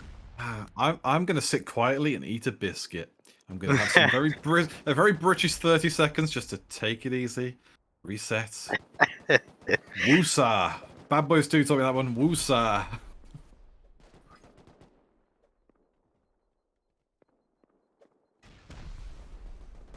Even myself had to have a quick drink of water to calm down from that, but Rekka is now entering the arena, this gauntlet of absolute hell.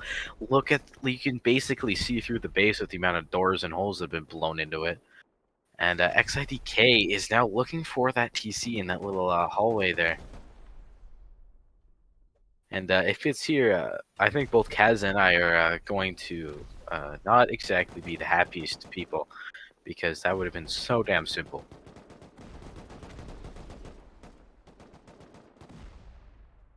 It looks like K is now dropping down for that TC. Welcome back, Kaz.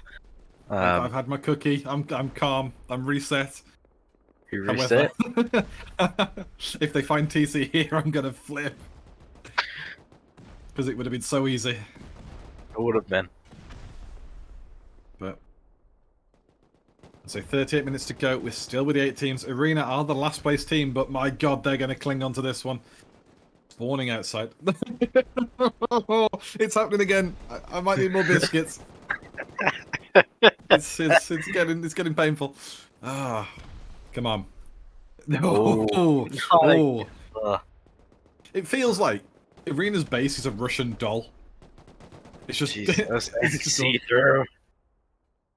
I know.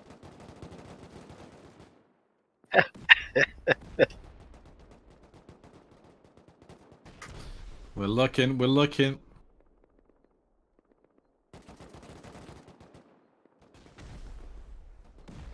The C4 on the door. So is the T? Oh, it's another door. It's another C4. Let's inch forward ever so slightly. Like we're creeping up on it. We don't want to surprise the TC in case it runs away. The TC is a wild animal. Yeah. PKzo in chat says it's like a maze. You're not wrong. This base is stressing me out. It's another door! Hey! Just joking. 93 says tea and a custard cream. Now, I do have custard creams downstairs, but they're meant to be for guests, and I don't drink tea. More British dilemmas. Come on, Kaz.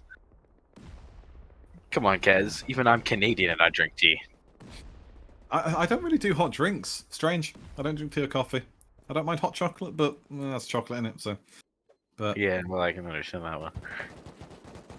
Ooh, what's going on with outside with Hollow Shark? Getting a bit of PP action. Masio pushing in naked. He's looking to kit up. He's got an AK. In he goes in his pink pants. I do love the pink pants. So look at him, flashy speedos. Oh, he's got a skirt on as well. He's gonna go for it. Listen, at least he's wearing some armor. Points. So that's one down for the Masio member.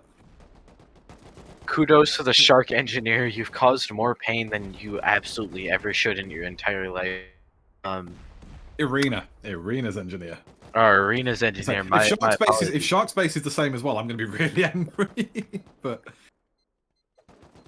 absolutely, credit where credit is due. And we're back to the doors that gave Kaz a meltdown. He has thrown so many C4 out of them. C4. Let's see what's behind the door. It's more door. Oh gosh, doors. However, maybe this door leads somewhere. Maybe. It's honestly, it's a rare event that bamboozles Ian on the camera work, because there's so much boom going on. There's so many doors. They all seem to lead to other doors. And there's no TC. And that's a complete dead end. Legitimately, at this point, it probably would have been cheaper to foundation wipe it. Absolutely, it would have. And it probably would have been safer for some of the teams raiding, because they keep catching each other out on the outside.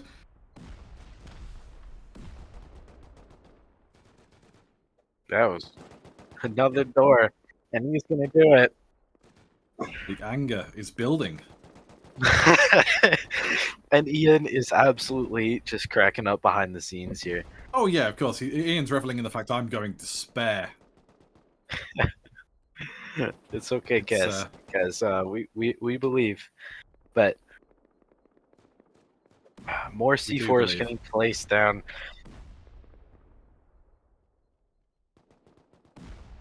And as we look to find the next little bit of boom here, and it looks like we can see a C4 down there. Could it be? No, it's another door. Can we see? Looks like some twig was got placed. He's gonna find somebody. Finally, Arena is finally down. There's so many doors. I'm not surprised we didn't catch it. No shame on Ian for missing that one. But my god, that was a raid.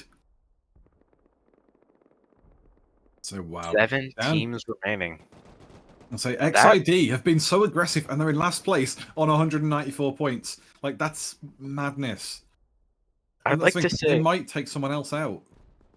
I would like to say that we went on break when that raid first started, which means that entire raid, every team contributing, it took half an hour to find the TC.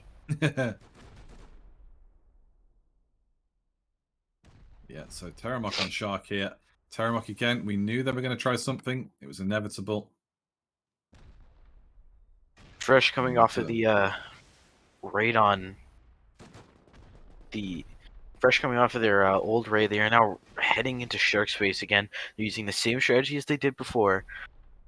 Now hitting the side of the base. And of course making that giant cavity as per usual, that they can get inside and find that TC. Yeah. Boom, boom, boom. It's a nicely armored base. It's just...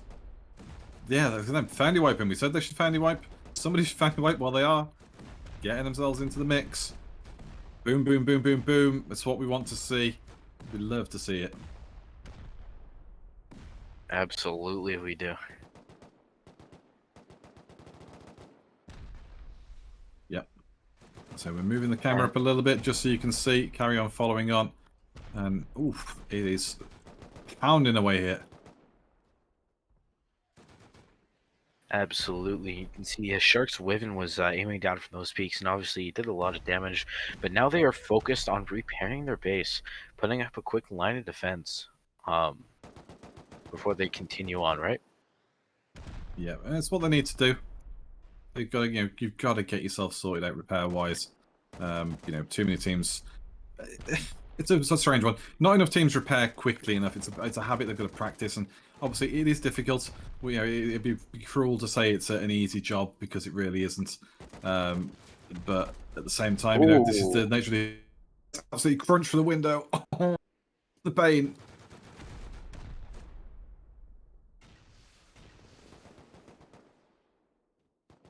Looks like Terramok is absolutely tearing up Shark. Yeah, I wouldn't surprise if it was Solo, because Solo is a really cracked shooter. Obviously, I know Foxy was in chat before and was upset that I said nice things about Joker, thinking I called him the best player in the world. He's not the best player in the world. He's just a good player. But yeah, Solo, exactly. Solo is very good. Solo is very good. Solo X is one of the better ones, and he is using the M249 currently. He's brought the M249 onto raid.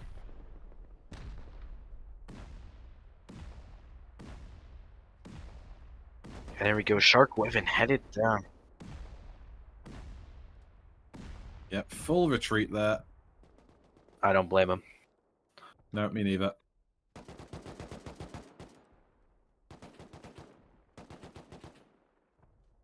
And as we continue, Shark is doing all they can to keep themselves in. Too Laggy is now flanking Terramok. You can see Too Laggy, Glee, and Mars. And what they're going to do here. Terramok are in a great position here. I know Massey are in the lead, and it's going to be close between Massey and Terramok, but half an hour to go, Terramok, they could easily jump in that first place spot. If they, let's say 7 teams left to take Shark, there's only 6 left anyway.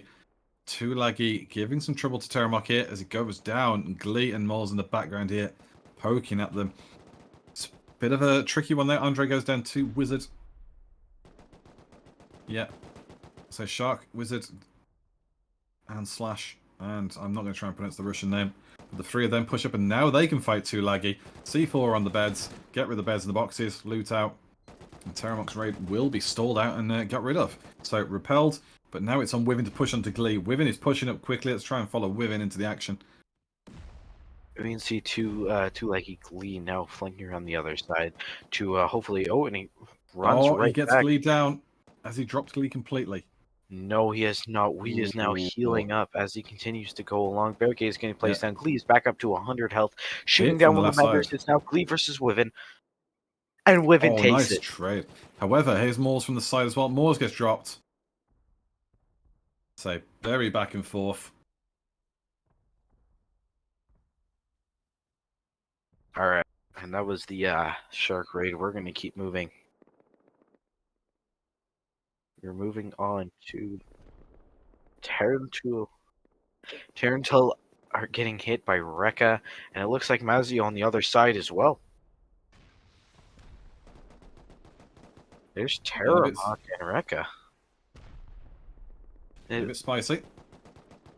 Oh, a little bit of a car there. No worries. There's a little bit of GTA going on there. I think that was Kiriko went down the doorway. That was to Kayati. So Masio causing some trouble. Again,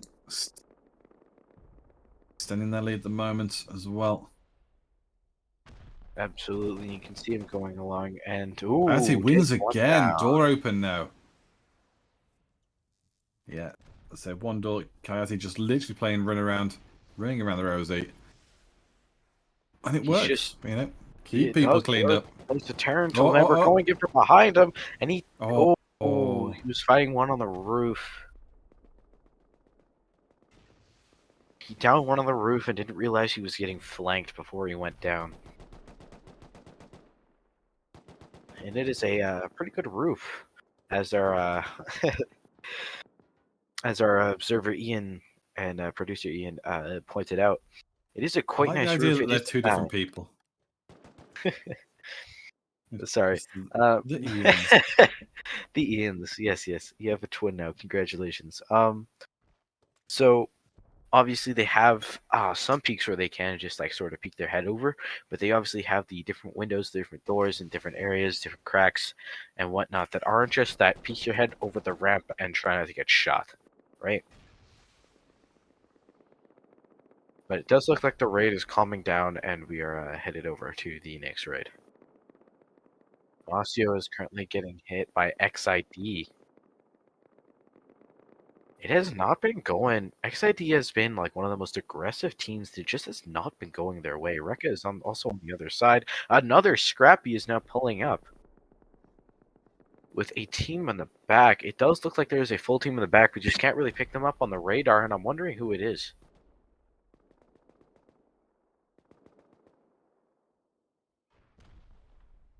They're now pulling a little bit of a Yui.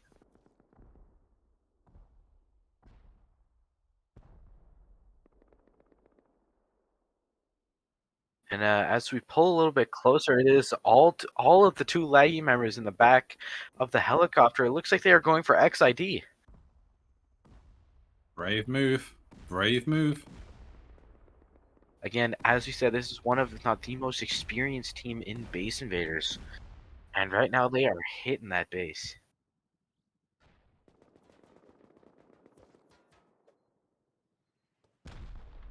Not sure why they're not making the move. Me neither. I think they might be trying to put down a raid platform, but I don't know. It's hard to tell. The boom, boom, boom. You got to get in. Oh, no. Right down. Right down. 25 minutes left in raid period. Unfortunately, I do not think the dream will come true. I do not believe that we are going to get down to the last team standing. Although I do think that would be an amazing game, an amazing thing to cast, and I would like to put in a submission to have an endless Base Invaders event where it does come down to the last team standing, because I think that would be phenomenal.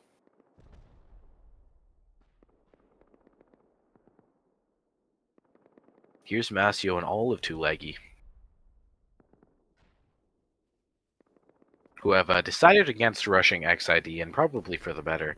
And with Rekka on their right and XID on their left and sort of in front of them, Masio in the base in front of them, they are going to... Masio is getting absolutely clusterfucked here. If they do take Masio out, they would go second. It's not, logically not enough, but it's one of those that, while it's not enough to succeed, they will put them in a very, very strong second place. And if that's the case, then fantastic. They literally... What more could you ask for? You put destiny in your own hands. You are literally at the very end of things, and you're ready and raring to take that last bit of a leap into first place at the end. Here comes XID. They are currently trying to. Masio pushing up to the XID bed platform, and he does, and now he's running, damaged by his own C4. You can see more and more rockets hitting. It is hitting all of XID's bed platform, and it does look like they are completely, if not almost out of the little bit of a guns race there. Now back at 2 Leggy, we can see a shark. No, not a shark. Remember, seeing that through the floor. This is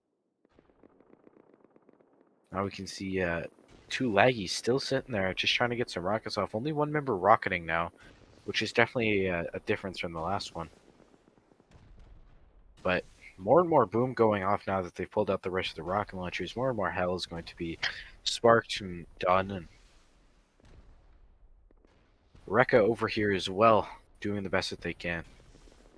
Raid platform down, boxes up, and they've also got a little bit of a stone compound around their raid platform, but now they are hitting the side of the base. Again, Masio is getting absolutely mobbed currently by multiple different teams hitting the side. You can actually see XID is still a little bit in it. You can see Nikita there in the middle. MMM in the back. Something we say a lot is, about taking too big a lead at too much time, but Masio haven't taken too big a lead. It's just that there's so few teams in the event now. There's only 7 teams left that inevitably they're going to try their hand on each other. And, if you poke fun at someone and you don't get through, you go for the next team. And as Masio were getting bullied by Rekka, so too Laggy thought, this is the perfect time. This is the perfect time to try and take out the team leaders, and other teams will come across at the same time. And obviously Rekka and Tulagi, and they're all fighting each other. Here comes Terramok in the sky as well. That's a scrap heli going to come in. Now, are they going to try and bomb this one into the beds? Cause some trouble. Up to your top right. So are they looping? They must be looping around the back of us, perhaps, just trying to get themselves into position.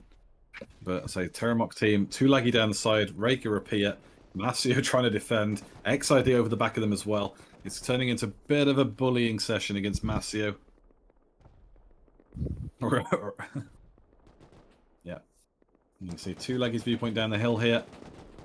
They are getting picked on from behind. This is probably going to be the helicopter. Yes, it is.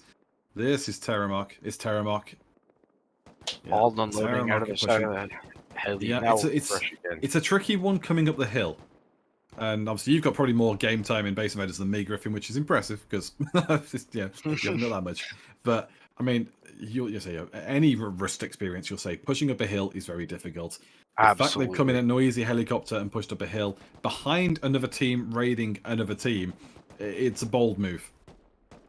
Yeah, and I remember yesterday we did try and do it, and we got absolutely sprayed down. We had absolutely no cover. They had perfect views of our heads. It was just terrible.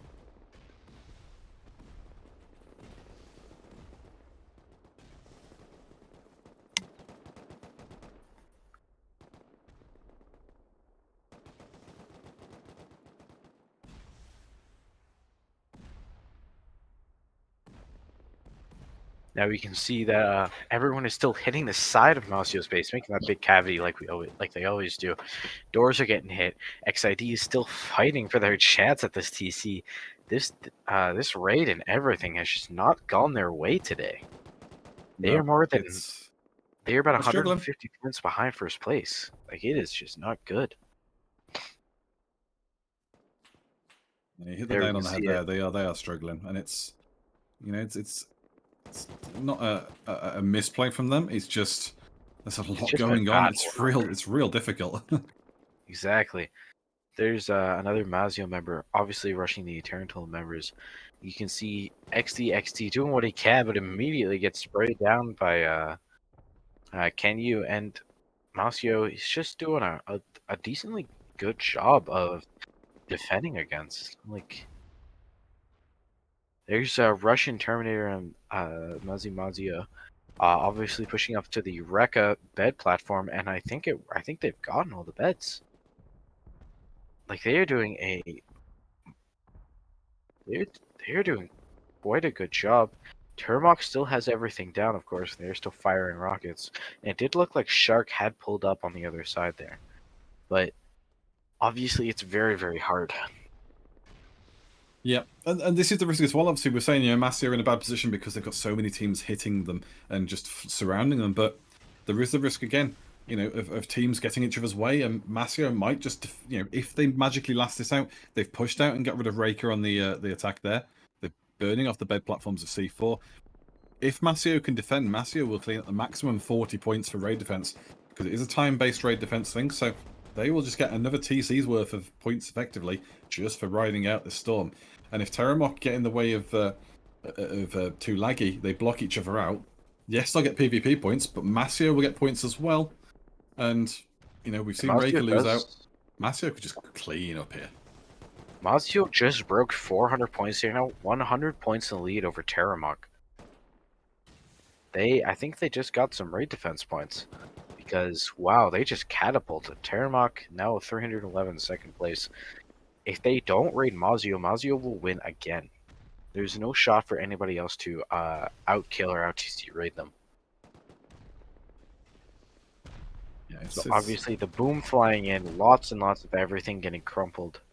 And I'm wondering if that we're going to see some long-range TC play in here, where they have rocket launchers, they're actively trying to hit that TC that just got exposed. It is possible. I say, boom. This base, the adage is, blow through the base so you see daylight on the other side. You can see daylight through the roof at least, so that's starting to blow a bunch of these doors out. It's a little bit easier in the arena base.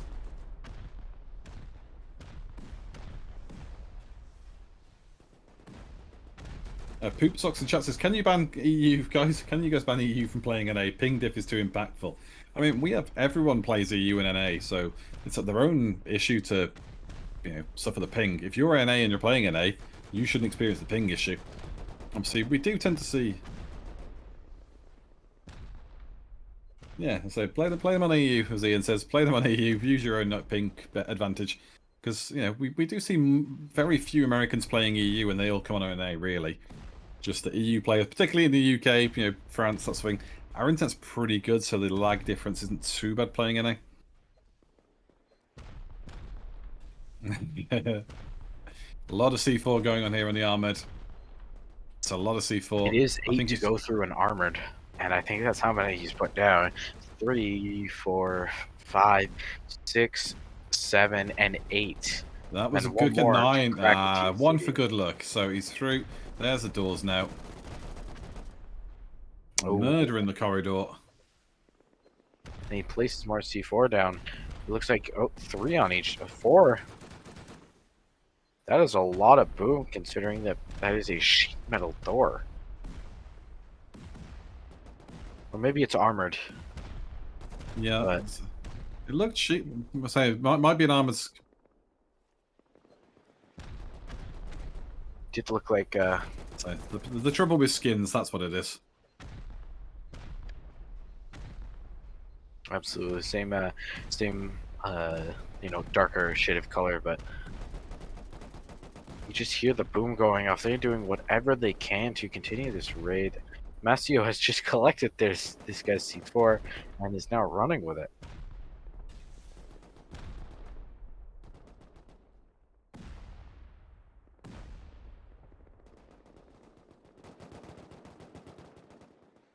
A lot going on, but since making it work. And wow, that shooting floor is hanging on by the skin of its teeth. And more rockets, of course, flying in. I don't even know if they're reaching anymore. Rocket for rocket's sake, perhaps.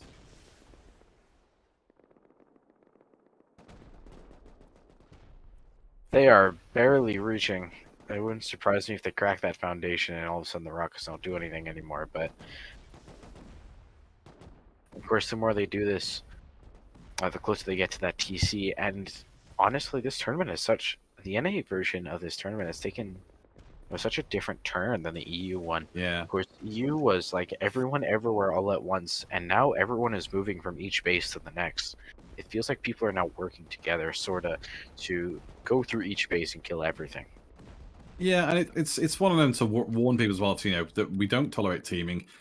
People can be at the same base at the same time, though. It is one of those events. It's an open world event in that sense, and we have staff in the event to keep an eye on it. But yeah, this is also what we say about the adaptation from EU to NA. In EU, everyone was a bit frenetic. Everyone was just a bit mad and running around doing things a bit willy-nilly, just having hit and hope in terms of that sort of approach to it.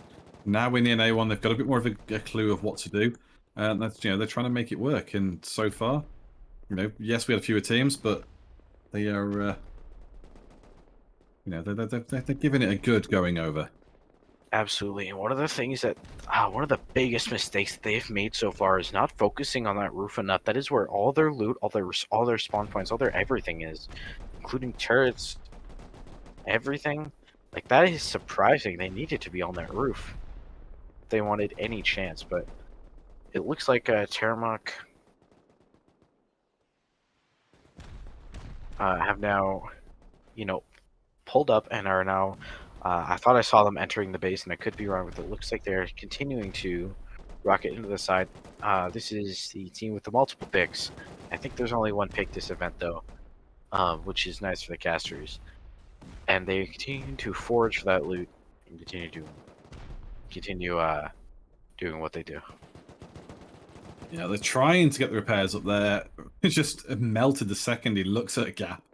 It's a really oppressive raiding, and it's really high quality. You love to see it. Masio, though, are doing their best to withstand it, and while they are losing members, they're being careful not to drop fully. You see that Masio gets himself res back up. They're on 428 points. They've got a massive lead of 107 points over Terramok in second, but 12 minutes 40 to go. Can they ride it out? I'm being honest, I don't think they can. I think they will drop, and the question is who gets it. Because at the moment, second place Terramok at 322. Last place Raker at 248. If Raker get it, Raker would go into second place tied with Tarantul and are only a little bit behind Terramok. So that's how close it is. Everyone left now is within reach, realistically, of winning the event. Absolutely.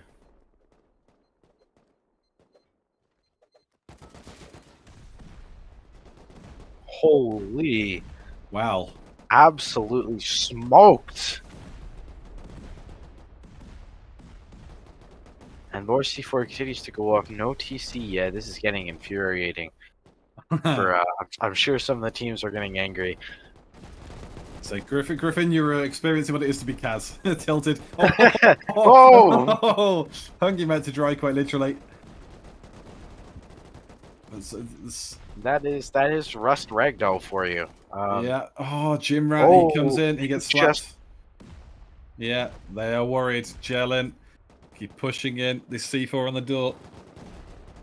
It's gonna open, and there's no TC behind it. Is but there it a door down there? Ooh, there's a double door. And a peek. Actually, he's repairing. He's building. Yeah, they're worried about this corner.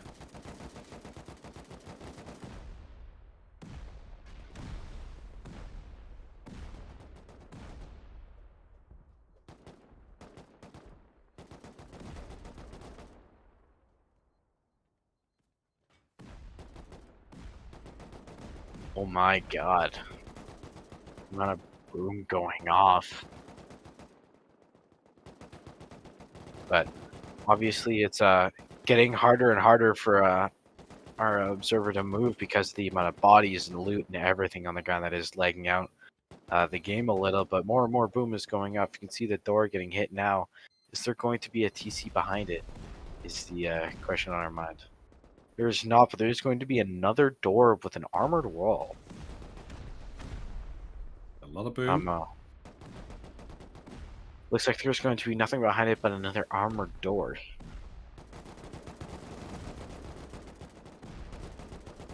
say it's Of course, observer this spidey senses are tingling. He thinks we're close. We're going to trust him. absolutely. Hopefully. We're gonna trust He's the hoping observer. it goes well. I'm going to trust you, but yeah. So Masio again extending their lead now. They're 130 points out of Terramok. As we said, the teams all getting to his way. They might ride out the storm. 9 minutes 40 now.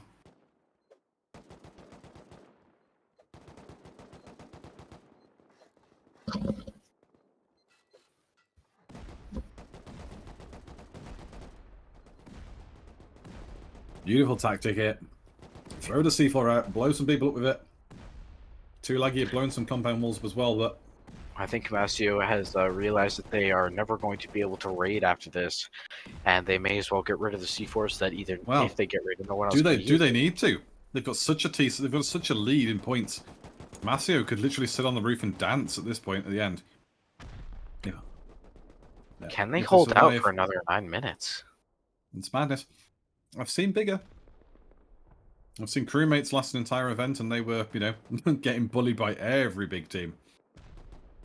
So absolutely, and you more know, and more it is doable. keeps going off. No one is lucky right now. No. More and more rockets going off. They're now finally hitting the roof, which has all of their spawn points and stuff.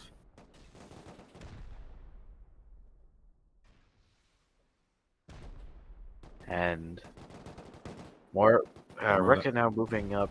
More and more hell is unfolding. You can see Kukold, Dion Yuk, and everyone that we've been seeing throughout the entire event. You can see Masio, Russia Terminator there, looking like he's trying to defend, but he eventually does get mowed down. More Masio members are are spawning in, but they're immediately shot. They just can't, no one can seem to catch a break. No, they're having trouble. See Shark currently going through doors, but no one can find TC. No matter what they do, they cannot. It might be one of those ones where it's like so close and it's like just at the end they get knocked out, which could really cause some trouble. Now I like to bring ahead, we've been talking about this team over and over again, but XID has catapulted themselves using, I believe, only PvP points to 3rd place with 305 points. They were in last and now they're in 3rd. And if they find this TC, it will put them in 1st. But they need to, or else they are going to lose the event. The observer and producer's senses are tingling. He is saying that it's going to be here. Is he right? I have my doubts. Just because that's how it works.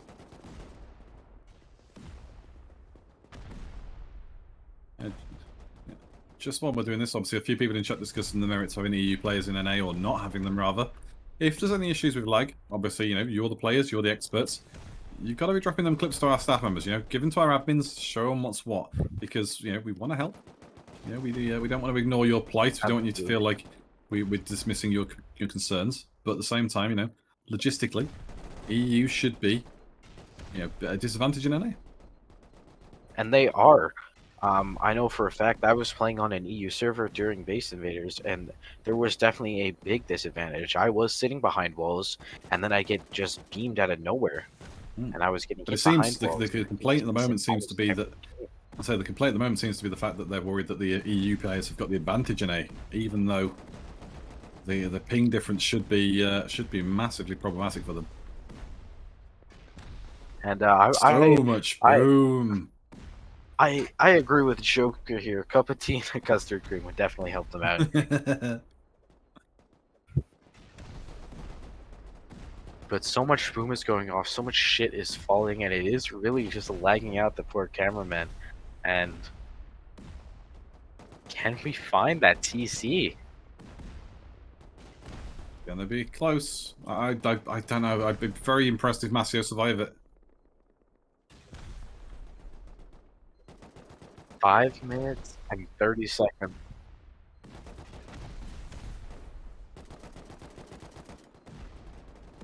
Ooh. XID kills a member, and there he is, not doing a little dance as you do. I do. Ragdoll physics are a good They're chunk of always rust. fun. They're always Yeah. fun.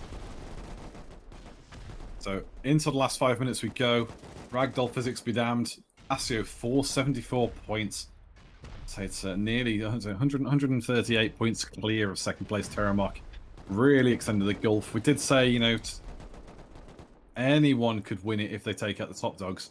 But even then, Terramok, you know, starting to pull away. Too laggy. You know, anyone could take this TC, but no one can seem to find it. And again, it's just like the arena raid. It would have been cheaper just to go foundation bombing. Yep, quite possibly. And so much boom is going off. But this is the risk, though, for foundation bombing, though, just to bring us back to that point, is the fact, because you're out in the open something, it's very, very easy to organise one coherent attack on you. By going inside the base and doing what they do now, the logic is we've got all the angles to hide from, they don't know who's in their base, we could be rats, in the tunnels, in the corridors, inside doors, hiding in frames, you know, just grubbing, and it's a risk. It is a risk. Personally, I prefer a coherent approach, just a coordinated attack, boom, boom, boom, get fucked. But that's not what they're choosing, and at the moment, it's played into Masio's hands perfectly. Now, I imagine that's Hixar behind the door. Somebody's gun was peeking through. It's like, I wonder. Hey, the doors. And there's Hixar. Hello there. So Tarantul will make it to work. Masio needs 318. Oh, XID XID was eliminated. There was a secret raid happening that no... Wow. No way, they've punished them here. Again, you know, tactics, distraction, they're not here. They're not even all geared. Half of them are not geared. They're just running naked, so clearly had a fight. So, yeah, too laggy. Now jumping to third place. If Tarantul, though, take this raid, take Masio's base out, then Tarantul would do 1 point. They would jump ahead of Terramok. So it's vitally important for everyone involved that somebody takes his TC. You know, they can't rely on you taking out and still being in first place Terramok. But at the moment, I think Too Laggy have blown their chance. So I think it's now second or third place. Only one of them can really do the work here. If Shark takes it, that's okay. Oh my god. Look at the bodies. A free for all. Can they find that TC? They just can't seem to. No one can find it. Coming down to the last 2 minutes. Run out of time. Running out of time. You know what? We said at 12 minutes that match much longer. It is 10 minutes away. 10 minutes after that, and they are still holding out. I now have faith. I think that they are going to hold out and they will win for the second time today. They're starting to hit every alleyway possible. Open doors everywhere. That could be more and more C4 going up. There's a little hallway here that needs to be boomed, and I'm wondering if somebody's going to hop up here and do it. Here they go. 1 minute, 30 seconds remaining. Yeah, the last 90 seconds. Masio could hold out here. Maybe it's a cynic in me. I don't have faith in this. I think Masio hold out. I think Masio really hold out, and I think they end on something stupid like 530 points. Just if you were going to take him out now, I've seen Kikushka in the background for Breaker. If you were going to take him out by now, you'd have done it. You know, it's 1 minute remaining. Very close. In the immortal words of Sir Alex Ferguson, the greatest football manager ever, this is squeaky bum time. The last 60 seconds. Masio, miles clear. The only way anyone wins this is if this TC disappears, if they find it. Because so far, nobody has done anything. Masio's base holding real strong. And to the point that... Go on. It's just, isn't it an absolute ruin, and they can't find the TC. It's the arena base all over again. Yeah. It's some great building work today. Obviously, we've saw, you know, I don't know why they're chucking guns out there. To what they're doing. 20 seconds left. The only disappointing thing is that there's only 6 teams left, and I was hoping we'd get fewer than that. I was hoping they'd be quicker. The raid on Masio was taking so long. Ian, peek the door. Peek the door. 9, We've got to know. 8, We've got to know. There's 10 seconds. 5 seconds. 4, 3, 2, 1. It's over. And that is GG to Masio. Pivot to the ceiling to avoid the radar.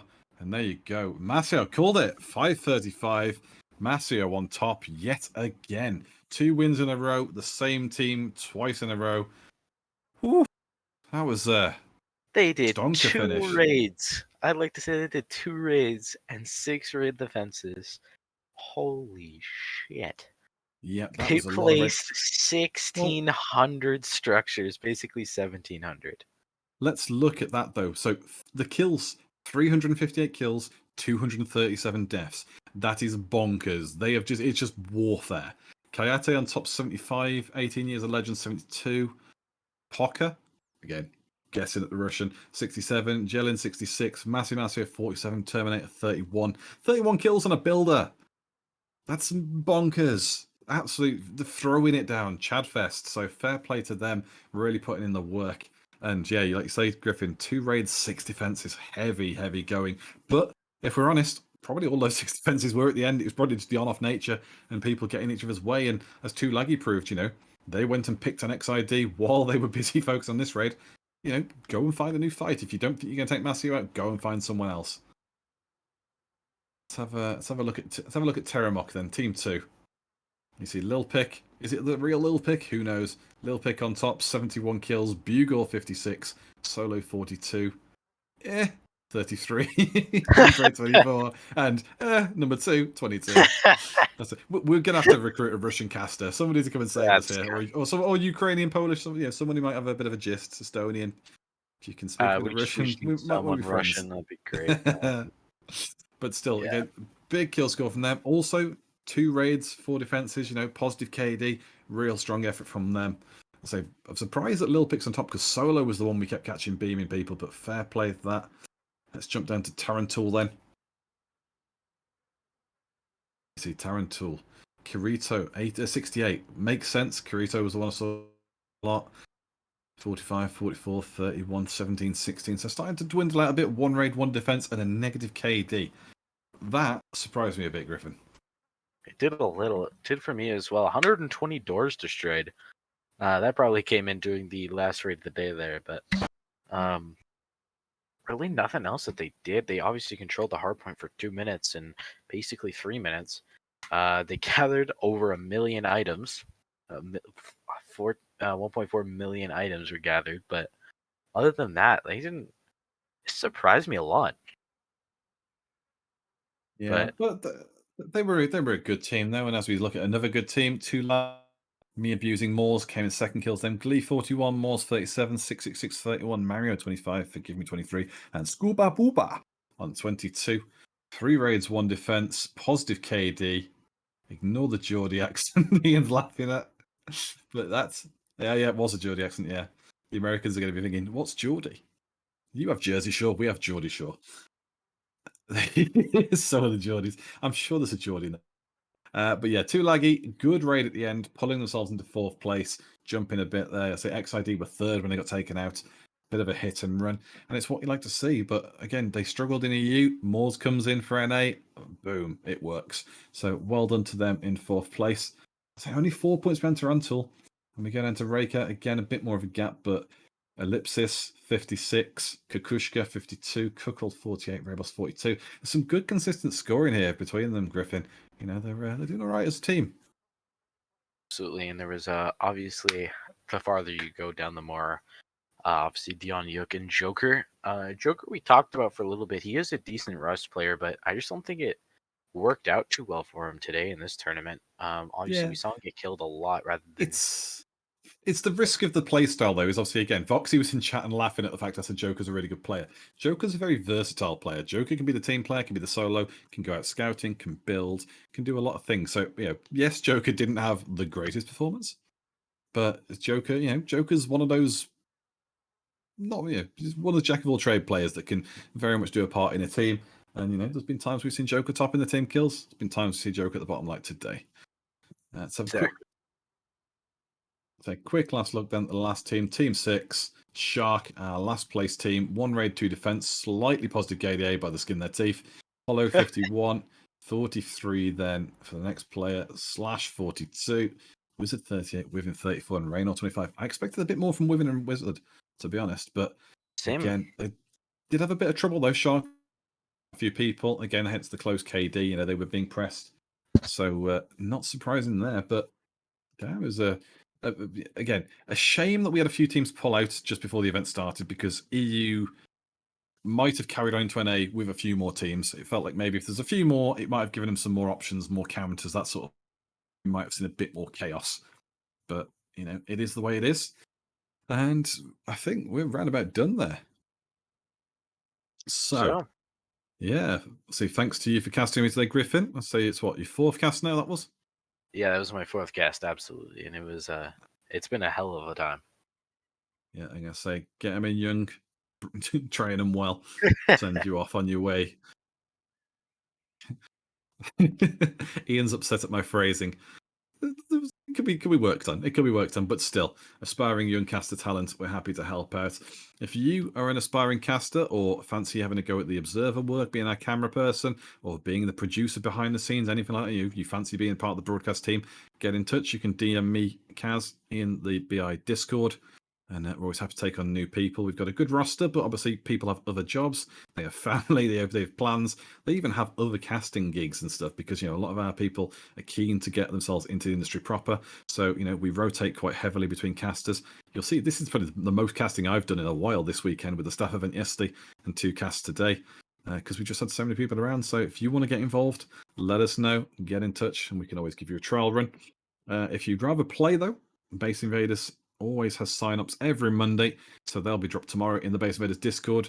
The access, there's a few teams that can get in for free in terms of just ordinary access, but most teams need a player to have VIP of Rustoria. You only need 1 note, so the majority of sign-ups will have that 1 spot. You can always split the cost between your team. It'll cost you a couple of dollars sort of thing. But that's the quick way to guarantee entry. As you saw today, EU was filled up. NA a little short, so you know you can always try, and the sign-ups do last all week until 30 minutes before the event starts. So in that sense, you know, with NA being a bit short today, anyone who wanted to play could have jumped in last second of a team or jumped in and joined the LFG and tried to find a group to cobble together last second. And we're always happy to have people come and join and, you know, and get themselves in the mix, show off, show some of these kids up, show them how to shoot, show them how to build, because you've heard of all of us talking about how not to build a rooftop, how to build doors, how to build a compound, how to fly helicopters, you know. Can we get a PSA on that, please? That would just brighten my day. Yeah, we don't want to give them too much stuff, though. We want to have some entertaining stuff to put on our highlights. So, absolutely. After all the pitch work there, you know, if you want to cast, join us. If you want to play, join us. That'll be us done for now. Again, thanks to Griffin for co-casting. Thanks to Ian for being our camera and production, and obviously casting the EU event earlier with Griffin. And thanks to me for being here as well, because who loves me more than me? Thank you to all of you people watching. Ian's killed himself at this point. Thanks to all you guys for watching. We will be back next Sunday with more Base Invaders. Obviously, it is Easter weekend next weekend, so, you know, don't be surprised if something changes in the meantime about that. But, yeah, we hope to see you again next weekend. Sign-ups in the Base Invaders Discord tomorrow. Get yourself involved. Thanks for watching. See you next weekend.